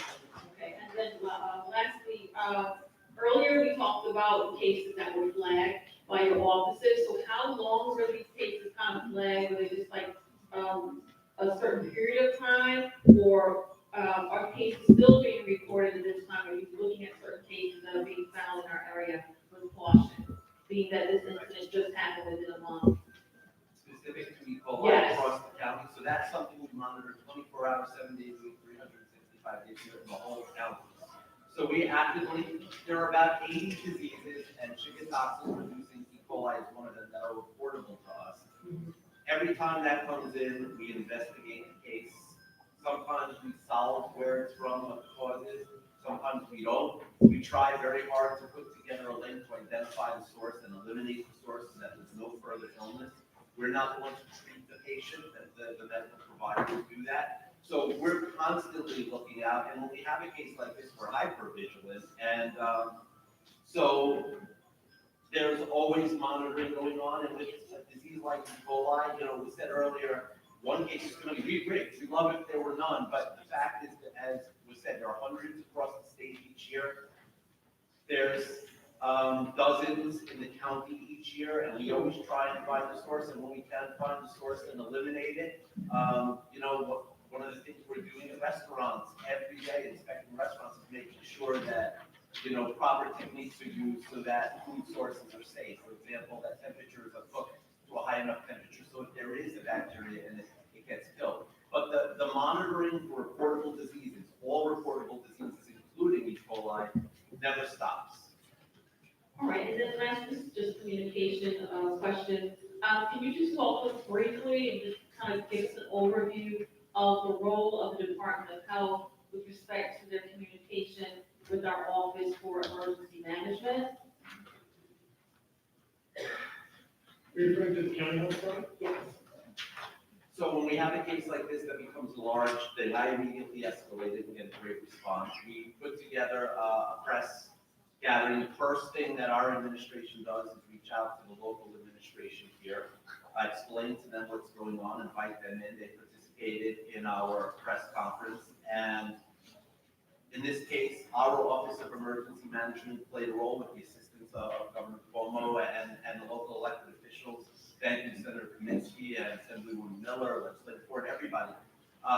Water was brought down. It was a collaborative approach. Our Office of Emergency Management worked with city's Office of Emergency Management.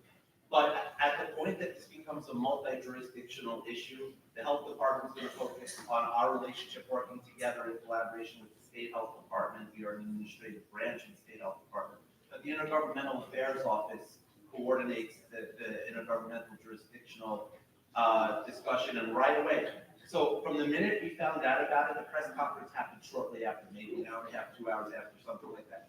The city manager here was the lead was at the press conference, but certainly we were in full communication, and our Office of Emergency Management was available and participated, and so there were a lot of moving parts and a lot of jurisdictions, and we have people who that's their role to coordinate this together. No, absolutely, and I thank you for your efforts. The reason why it's a question I understood, and I understood what you were going to say, but I wanted the residents to hear that information, because that was one of the challenges here during this incident, was communication, making sure that we could maximize that communication with as many residents as possible. And I felt it was important for people to hear this, because this information is being shared live. So again, I thank you for all of for the answers to your questions. Welcome. Anyone?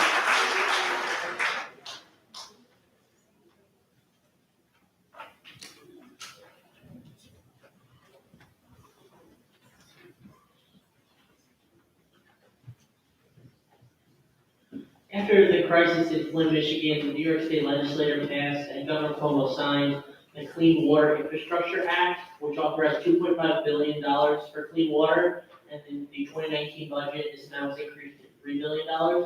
At least 1.5 of that $3 billion will be distributed to local municipalities through grants. And as chair of the Senate Environmental Committee, I thank Senator Kaminsky for advocating for us to get some of that money, and I hope we can receive a portion of these funds. That money should be used to fix our pipes, which are very old, as Commissioner Miranda recently stated. We have more than 40 miles of pipes that are very, very old, and I think that we need to focus on improving those as organisms can get to them with our faulty pipes. This could cause more groundwater. I think that we need to look at our water treatment plants. As was discussed earlier, we need to fix the valves, we need to fix other technology in our water treatment plants. I believe some money should go to that, as well as improving our 100-year-old water tower. These are just pressing issues. And even if we receive $50 million of that, 1.5 billion, that can do a lot. And I think we really need to press the state for a portion of those funds, because we're taxpayers, we deserve this money, and clean water is our right. And there are resources that the state has, and we need to get in touch with those resources.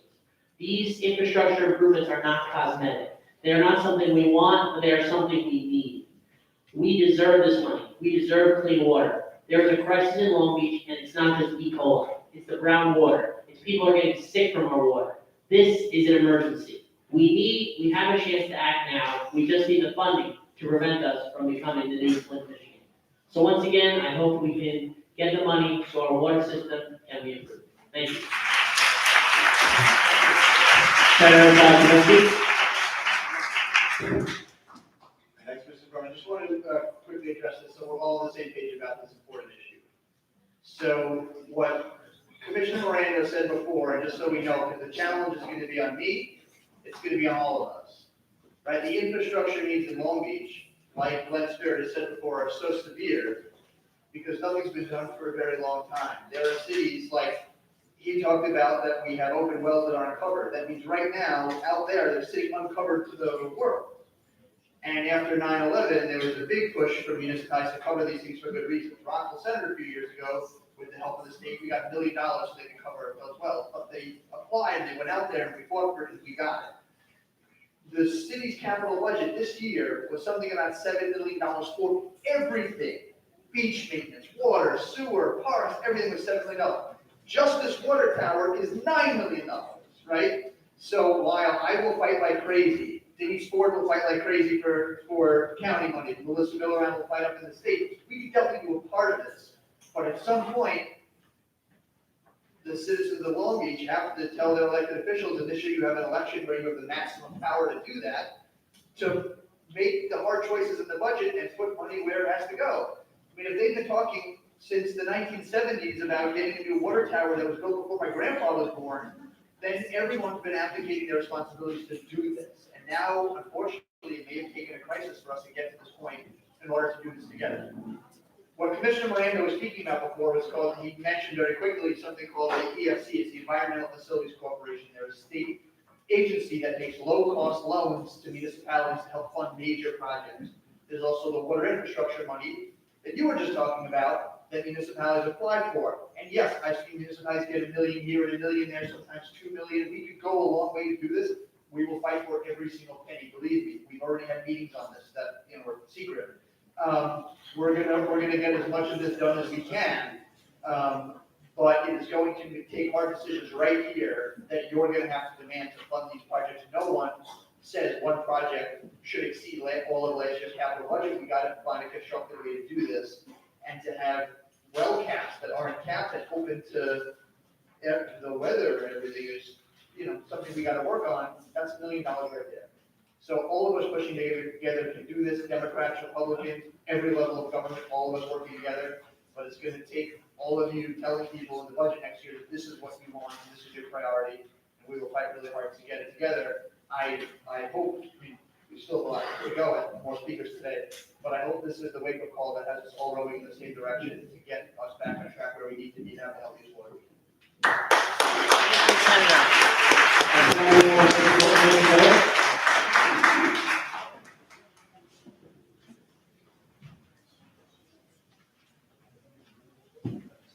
Hi. Thank you all for being here. We really do appreciate your answering all your questions.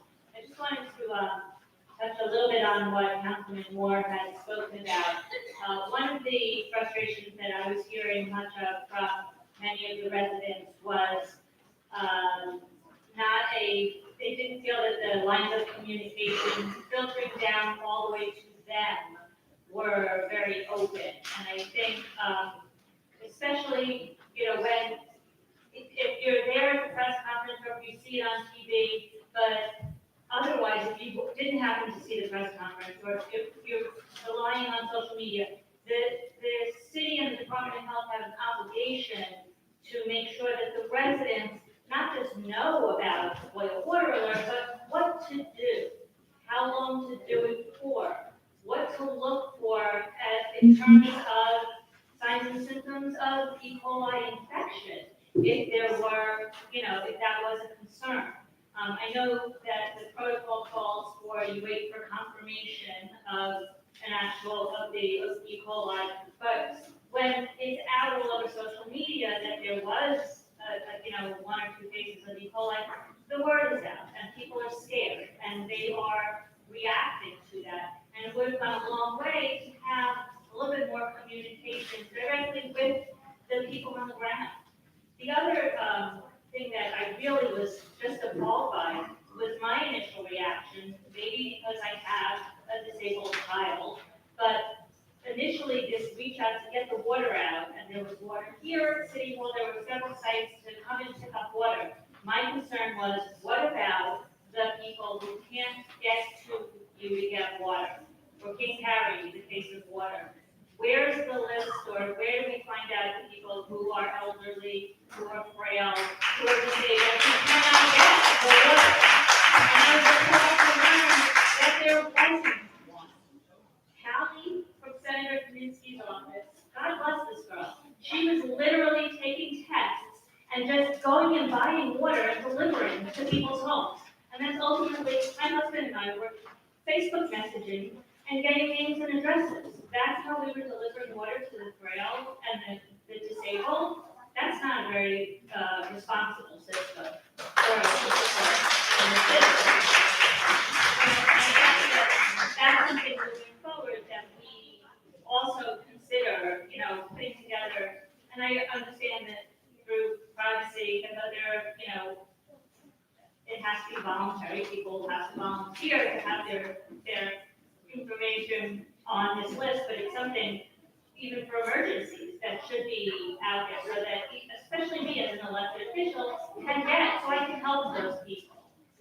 But again, I think more important is the communication so that the people who are out living it on the ground and haven't been, watching TV or seeing the press conference, there should be some way to receive this information to know what to do next time. Hopefully there's not a next time. Thank you.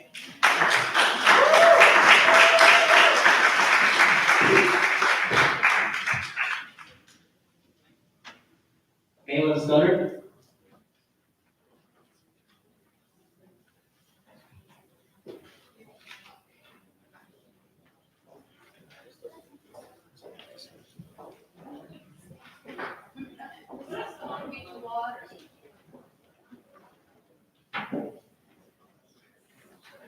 Hi, thank you for letting me speak. This is Long Beach Water, one of my neighbors who left here. I want to tell you why I'm here today, what's going on with the city, and what the situation is. So the reason why I'm here today and why I'm so sad is that someone did die. My dog died. The water was on around the 28th where we had the boiling water. My dog died on July 2nd. He died of aspiration pneumonia. We were treating my dog from pneumonia. And I had no idea that because he threw up all day and aspirated his own vomit, he got pneumonia and he got sick and he died. Now, thank God for my neighbor who was in this Facebook group, Long Beach NY Water Quality, that I just discovered, because if it wasn't for them, I would know that my problem is not unique. So when I posted that my dog had aspiration pneumonia and I thought that he died because he got sick from E. coli about 3 days after the boil water alert was lifted, which, by the way, you did not tell people that E. coli has an incubating time about 3 to 10 days, so people can, show symptoms 3 days, and some people up to 10 days after they get infected with E. coli, so that's important. After I told them, I heard from them, and you can go on Facebook page and read. Two of them are here. One had a daughter who got severely sick from E. coli. Another person had bleeding diarrhea. The E. coli was so bad. Another person, her husband, also got some sort of pneumonia, which could have been from aspirating the water. We're not safe here. And Charlie from the water filtration department, is he here tonight? Okay, so there's the head of filtration department, his name's Charlie. He tested my water 2 days ago, and he didn't give me yet the results that he said he was going to call me back and give it to me. So my problem isn't unique, and this is a problem that we are encountering here, is that our city doesn't have the money to, even if we knew where the source of the E. coli is, which, by the way, you have not told us where the source actually is. So even if I wanted to independently test my water via an outside lab, which I was thinking about doing, somebody else said, what are you going to test for? It's full of chlorine. Oh, yeah. So there's so much chlorine that you can't find anything. And as soon as the chlorine goes down, the levels of chlorine goes down, if we can't find the source, how do we know that we're not going to get infected again and we're going to have another boil water scare?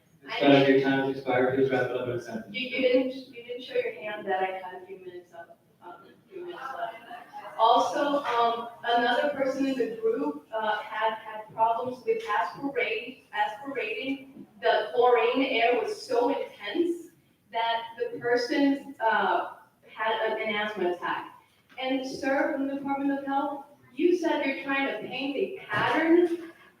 If you don't get out of your office and start calling people, just like the Federal Reserve does when they get surveys for unemployment and for GDP and for the government, you have to call people and ask them, hey, are you okay? Did you get sick this week? Where is the cluster? You have not left your offices. You have not spoken to us. And all I heard here tonight is a bunch of academics, and I really appreciate your qualifications, which are amazing. All I heard tonight is people explaining away why we are wrong and why we should drink brown water because it's totally fine. And why you are not telling us that, okay, let's talk. Exactly what our Ms. Feather, your time has expired. Exactly what Ms. Assemblywoman said with the communication situation. We are not aware. This would be a packed room. If we weren't scared, if you had no idea Ms. Feather, what's we going do have a on. packed room, and I need the opportunity for everybody else to speak, so please step down from the podium. Just 10 seconds more. Communications needs to improve. Donald Trump uses social media. The Supreme Court just ruled that social media is indeed a communications channel for the government. So you better start using it. All you gotta do is look at the Facebook feeds and see how many people are sick, and you'll get your answers and your pattern. Kevin Powell?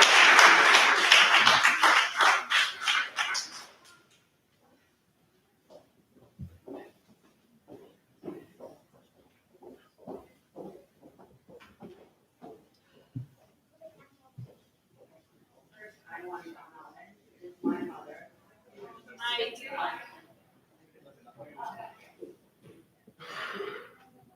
It was my mother who turned away at South Nassau Urgent Care. Not Hurricane story, not hearsay. On June 24th, my mother stopped with Dr. Turner and started out to speak for her immediately. She had excessive diarrhea, she was disoriented for the whole weekend. Like everybody else in the bus.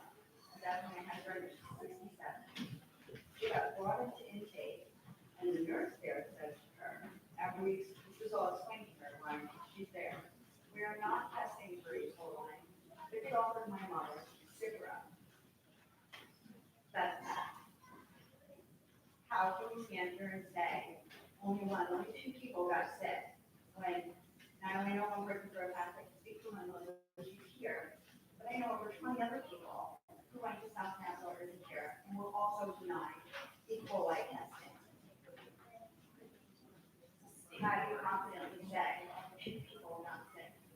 My mother, who was prior to her alert, was diagnosed with E. coli at City MD. Do you have the names? Did they report it to you? I just got it for you. We'd be happy to take that name from the afterwards. You had called a couple times, and you wouldn't let me self-report it. CMD said it wasn't necessary. There's two places. One is the Chief Few, right? We have in Long Beach for emergency medical care. One didn't have asthma, one flat out refused to test for it. But I keep hearing this one team member. That's not always fact. Why would our emergency care turn people away during the E. coli alert? We'll be happy to follow up with City MD and South Mass Urgent Care to make sure that they're aware of all the reporting requirements and testing. I think without knowing the specifics about the case, I don't think we're in a position So you to. can't answer the question. I don't want to lose my 3 minutes. You can't answer it? I answered your question, sorry. Melee, that was my daughter, 3 years old, who suffered an asthma attack. I took a shower. I still gave my daughter a bottle of water. I can't afford to do that for myself. 3 days after, maybe 4 days after, the alert was said, I took a shower. Steam, everything. Came out of my shower, my daughter's on the ground gasping for breath. She's 3 years old. Maybe I missed it. I was calling warning about possible side effects of the parade, but I did call. And you actually reported things in the media too. Some people are more sensitive than others. That's crap. You have South Mass Urgent Care, who was testing, and when asked why, he said, I don't know. You have City MD who didn't have tests. So we couldn't get the treatment we needed, and when you have, of course, the diarrhea, you're not gonna drive 45 minutes away. You're gonna go home. These are our options. Ms. Carroll, your time's expired, you can just wrap it up in a sentence or two. I kind of talked, I tried the last meeting, over, and I think you guys got to talk a lot more than 3 minutes, so give me another minute. My mother got sick. My mother's been diagnosed with E. coli over 12 times since Hurricane Sandy. She doesn't have a compromised immune system. She's never had these issues before. She's been hospitalized with E. coli-related sepsis over 4 times. There's something wrong here. I get the politics, I get the words you have to say, and this and that. We're people. This is not our job. It's our job to take care of our family and our children, to be able to bathe them, brush their teeth. That's like hundreds of dollars on bottom of water. That's her job. And we keep saying the same thing over and over again, except during the alert. When I call the health department, that little line, he's 10 times. Same question, different answer every time. Pardon my French, I don't know the filter. Shit show. I know it, all these people. Thank you, Ms. Carroll. If you want to say it again after, I can take your information and hand it to the health department. Are you calling back? You haven't come back yet. What are you going on one? I think you want me to go to. I just. Yeah, legislative report.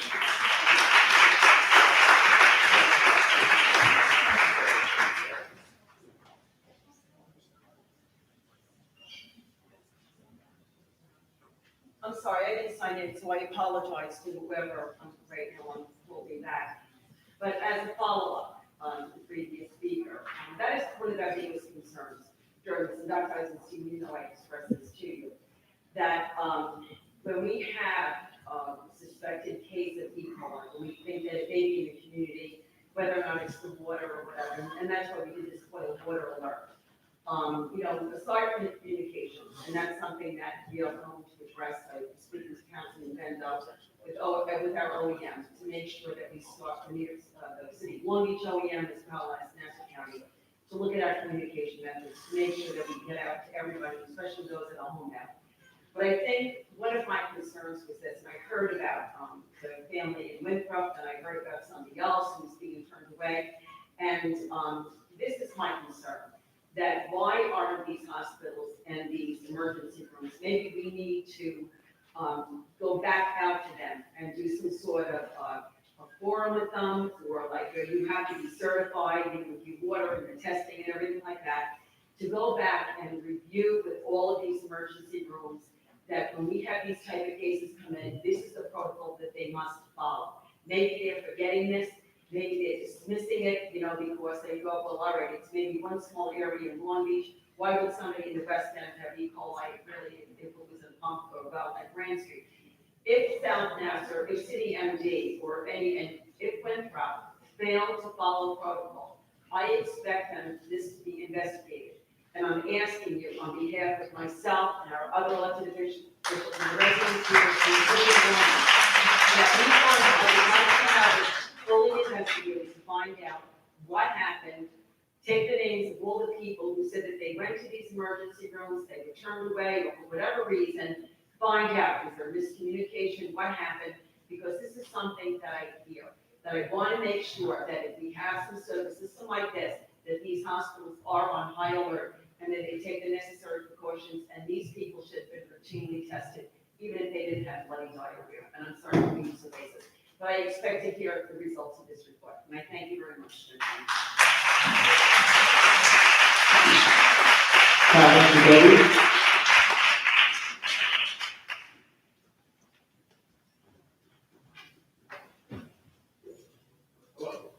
I have a few questions, clarifying questions. Maybe Mr. Miranda is. There's 8 wells. Can you tell me where the locations of the wells are? Yeah, they're located throughout the system. There's one on 11th, there's one on Maple, there's 3 on the main plant property on Park Place. Kevin, help me out. Lafayette Boulevard and one by Recreation Center. Okay, the one that tested positive, was that the one? None of the wells. None of the wells tested positive, none of the tanks tested positive. So where was the positive? The positive sample, the first sample, the total telephone sample came from the sampling tap on Grand Boulevard. Okay, Well, that triggered the follow-up samples, the upstream and downstream. One of the upstream sample came back, all forms of E. coli. That was the only sample out of over 100 samples now that showed an E. coli. And from what the state says, there wasn't enough there to even show that there was, that's culturally done. So the overall quality of the water, this really was a very isolated incident. I know people don't want to hear that, but it was. The up and downstream, those were residential testing? Those were residential hotels testing. What is the threshold, I don't forget the name, I apologize, but for E. coli, like in terms of numbers, the threshold is like thousands, hundreds of thousands of bacteria, which is, No, what's the number? As I explained, that the test is so sensitive, we can detect single organisms. One bacteria. We can detect that. So we don't know what the total number was on the positive test, or we did? Well, the state tried to throw it out, they weren't able to throw it out, so obviously, It's a very sensitive test, and one of the recommendations we have to the city is that they pursue some additional testing, something called heterotrophic plate counts. It's something that it's more quantifiable, so we have a sense for over a longer period of time, if there is bacteria present, what the numbers are. Right. Just additional data. Yeah, I'm sorry, but the normal initial test was from a sample count, you called it? The initial, for the total telephone. For the total count, but that could be a mix of various bacteria, not necessarily E. coli, correct? Correct, total coliform is like a crude grouping. Correct, okay. And then the E. coli is a secondary test when the total coliform comes up positive. But that's an enzyme test, they try to grow in the lab. Is it possible that there could be a sugar toxin E. coli that was present, but for whatever reason they couldn't grow in the lab from that sample? Is that possible? And what's the likelihood? So first, they were all enzyme tests that sort of triggered the alert. Right. We did attempt to then grow. Yeah, you mentioned. That's right, and we weren't sure anything's possible, but like I said, the constellation of information we have aren't consistent with there being microbial contamination in the water system. Okay. So was that it was a sample cap. Now, how many wells are open? None of our wells are open. Oh, I think the iron. Yeah, I thought I missed it. Maybe I missed somebody, I think this. Oh, okay, so none of the wells are open. None of the wells are open, all the wells are sealed with sanitary seals. When we treat for iron, we aerate it, and then we settle it in settling basins. We have settling basins that are open air settling basins. But even after that iron is settled, that water still goes through a closed, high-pressure sand filter before it's put into storage and treated. So One of the recommendations we made was to pursue covering that Yeah. settling basin, but we really didn't think that was a potential source. We don't have open wells at all.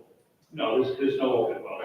Just for myself, so. And The recommendation on the settlement basins, back in December, the city council authorized a study and actually design so that we could go out to bid to cover those tanks. And it is one of the projects that we are applying for a grant for, to help offset costs. And then I just have one more, I think, for the doctor. What is it, when they come in and you got symptoms, let's say possibly E. coli poisoning, what do they test? Do they test your diarrhea, your blood, or, and is the test expensive? Because if you're turning people away, it sounds kind of odd. I don't, Is it a very inexpensive test to do? I don't know the price of the test, and, you know, when you. What do they test? So somebody shows up to an emergency room, and do whatever it is, the doctor or whoever's seeing the patient, physician assistant, whatever it is, creates based on the symptoms and their evaluation, they create a differential diagnosis. And then they order tests based on that differential diagnosis. It could be a blood test, it could be stool tests, if we're looking at gastrointestinal. So it could be a combination. Right, and you know, 99.9% of the gastrointestinal visits to emergency room are not E. coli. But we expect that the medical providers, especially in an emergency room setting or in an emergent situation, would have done appropriate testing, and I think that we are in agreement that we want to Right, investigate. they're not expensive tests, they want to get reimbursed for them, we want to explore more what could have contributed to them not pursuing testing. Does heavy precipitation with runoff maybe from areas, is that like a possible cause of this particular? Well, Like, where is this? it could be a cause at the sampling site, you know, when we have heavy rain, you know, because the sampling site itself could have been contaminated. But this is a groundwater system, so typically, you know, that kind of storm runoff, which might be a problem with other surface water systems, that's really it, right? Okay, so we still don't know why. The water that's running out of the White Aquifer probably entered into the aquifer 400 or 500 years ago. No, I know that part, but I'm saying we don't know why the sample tested positive. And then it didn't test positive again, which is good, but. We undertook a comprehensive review, we didn't have any obvious sanitary defects. You know, it's always a problem with collection of samples. However, as we mentioned, and John covered a little bit, they are required to complete comprehensive assessment. The city has done one, they've also now required to have an independent contractor complete that assessment, to look at all the potential contributing factors and make some recommendations to the city, county, and state. But the one that would cause. Yeah, I'm sorry, okay, thank you. Can you just speak to E. coli, I believe it's 0157, that's the one that's most common?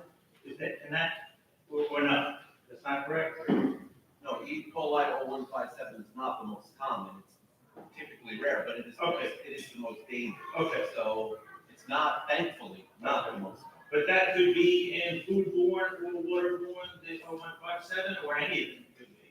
Most of the E. coli outbreaks that we have in our current era are associated with food-borne sources.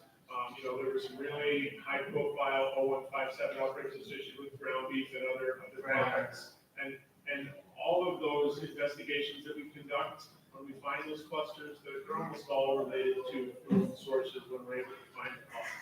But any of the E. coli is going to be animal waste, correct? Some variation is coming from either us or agricultural, and it's not just appearing out of nowhere. Correct? The bacteria live in lots of places, including our guts, you know, it transmitted through fecal oral route. Summers, environmental, Yeah, okay, all right, thank you very much. Well, I think.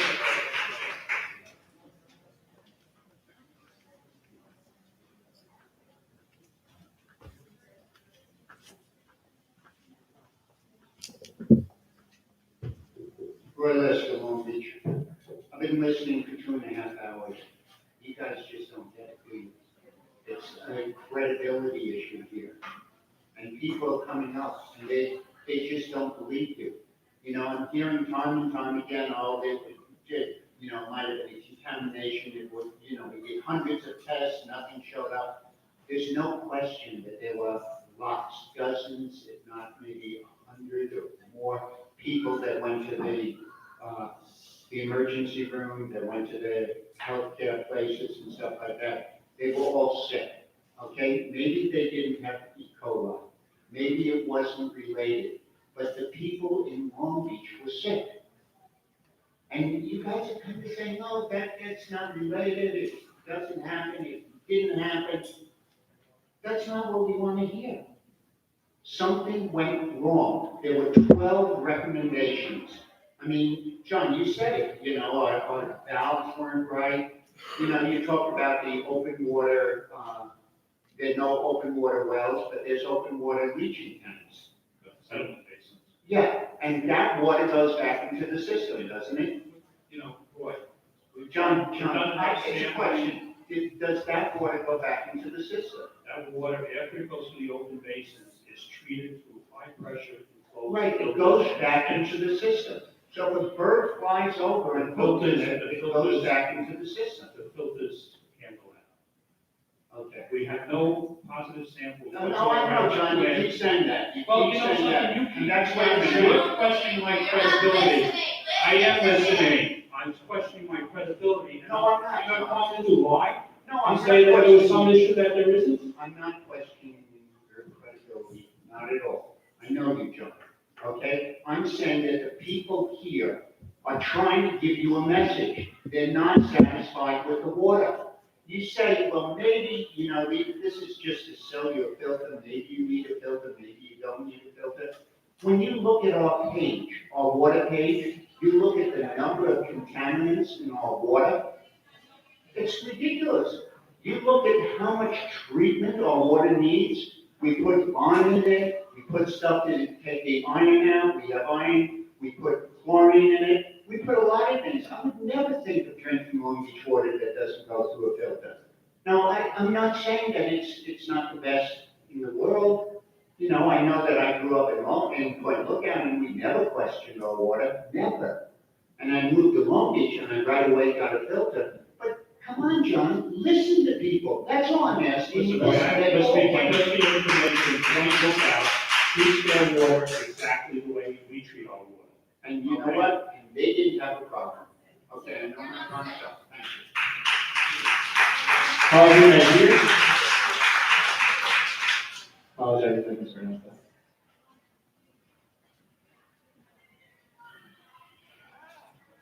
Harvey Nazier. Bill Gray. Bill Gray. And Mike Gibbons. Mike Gibbons, anyone? Going, gone? All right, that concludes our meeting. Hey, can I just say thank you all for coming. We have several people here from the State Health Department. Can you just raise your hands, folks? They're around. Not everyone's comfortable with coming and standing in front of a microphone and offering your question. If you are that introvert and want to get a question answered, please, we'll be around for a little bit and happy to entertain additional questions. Thanks for coming.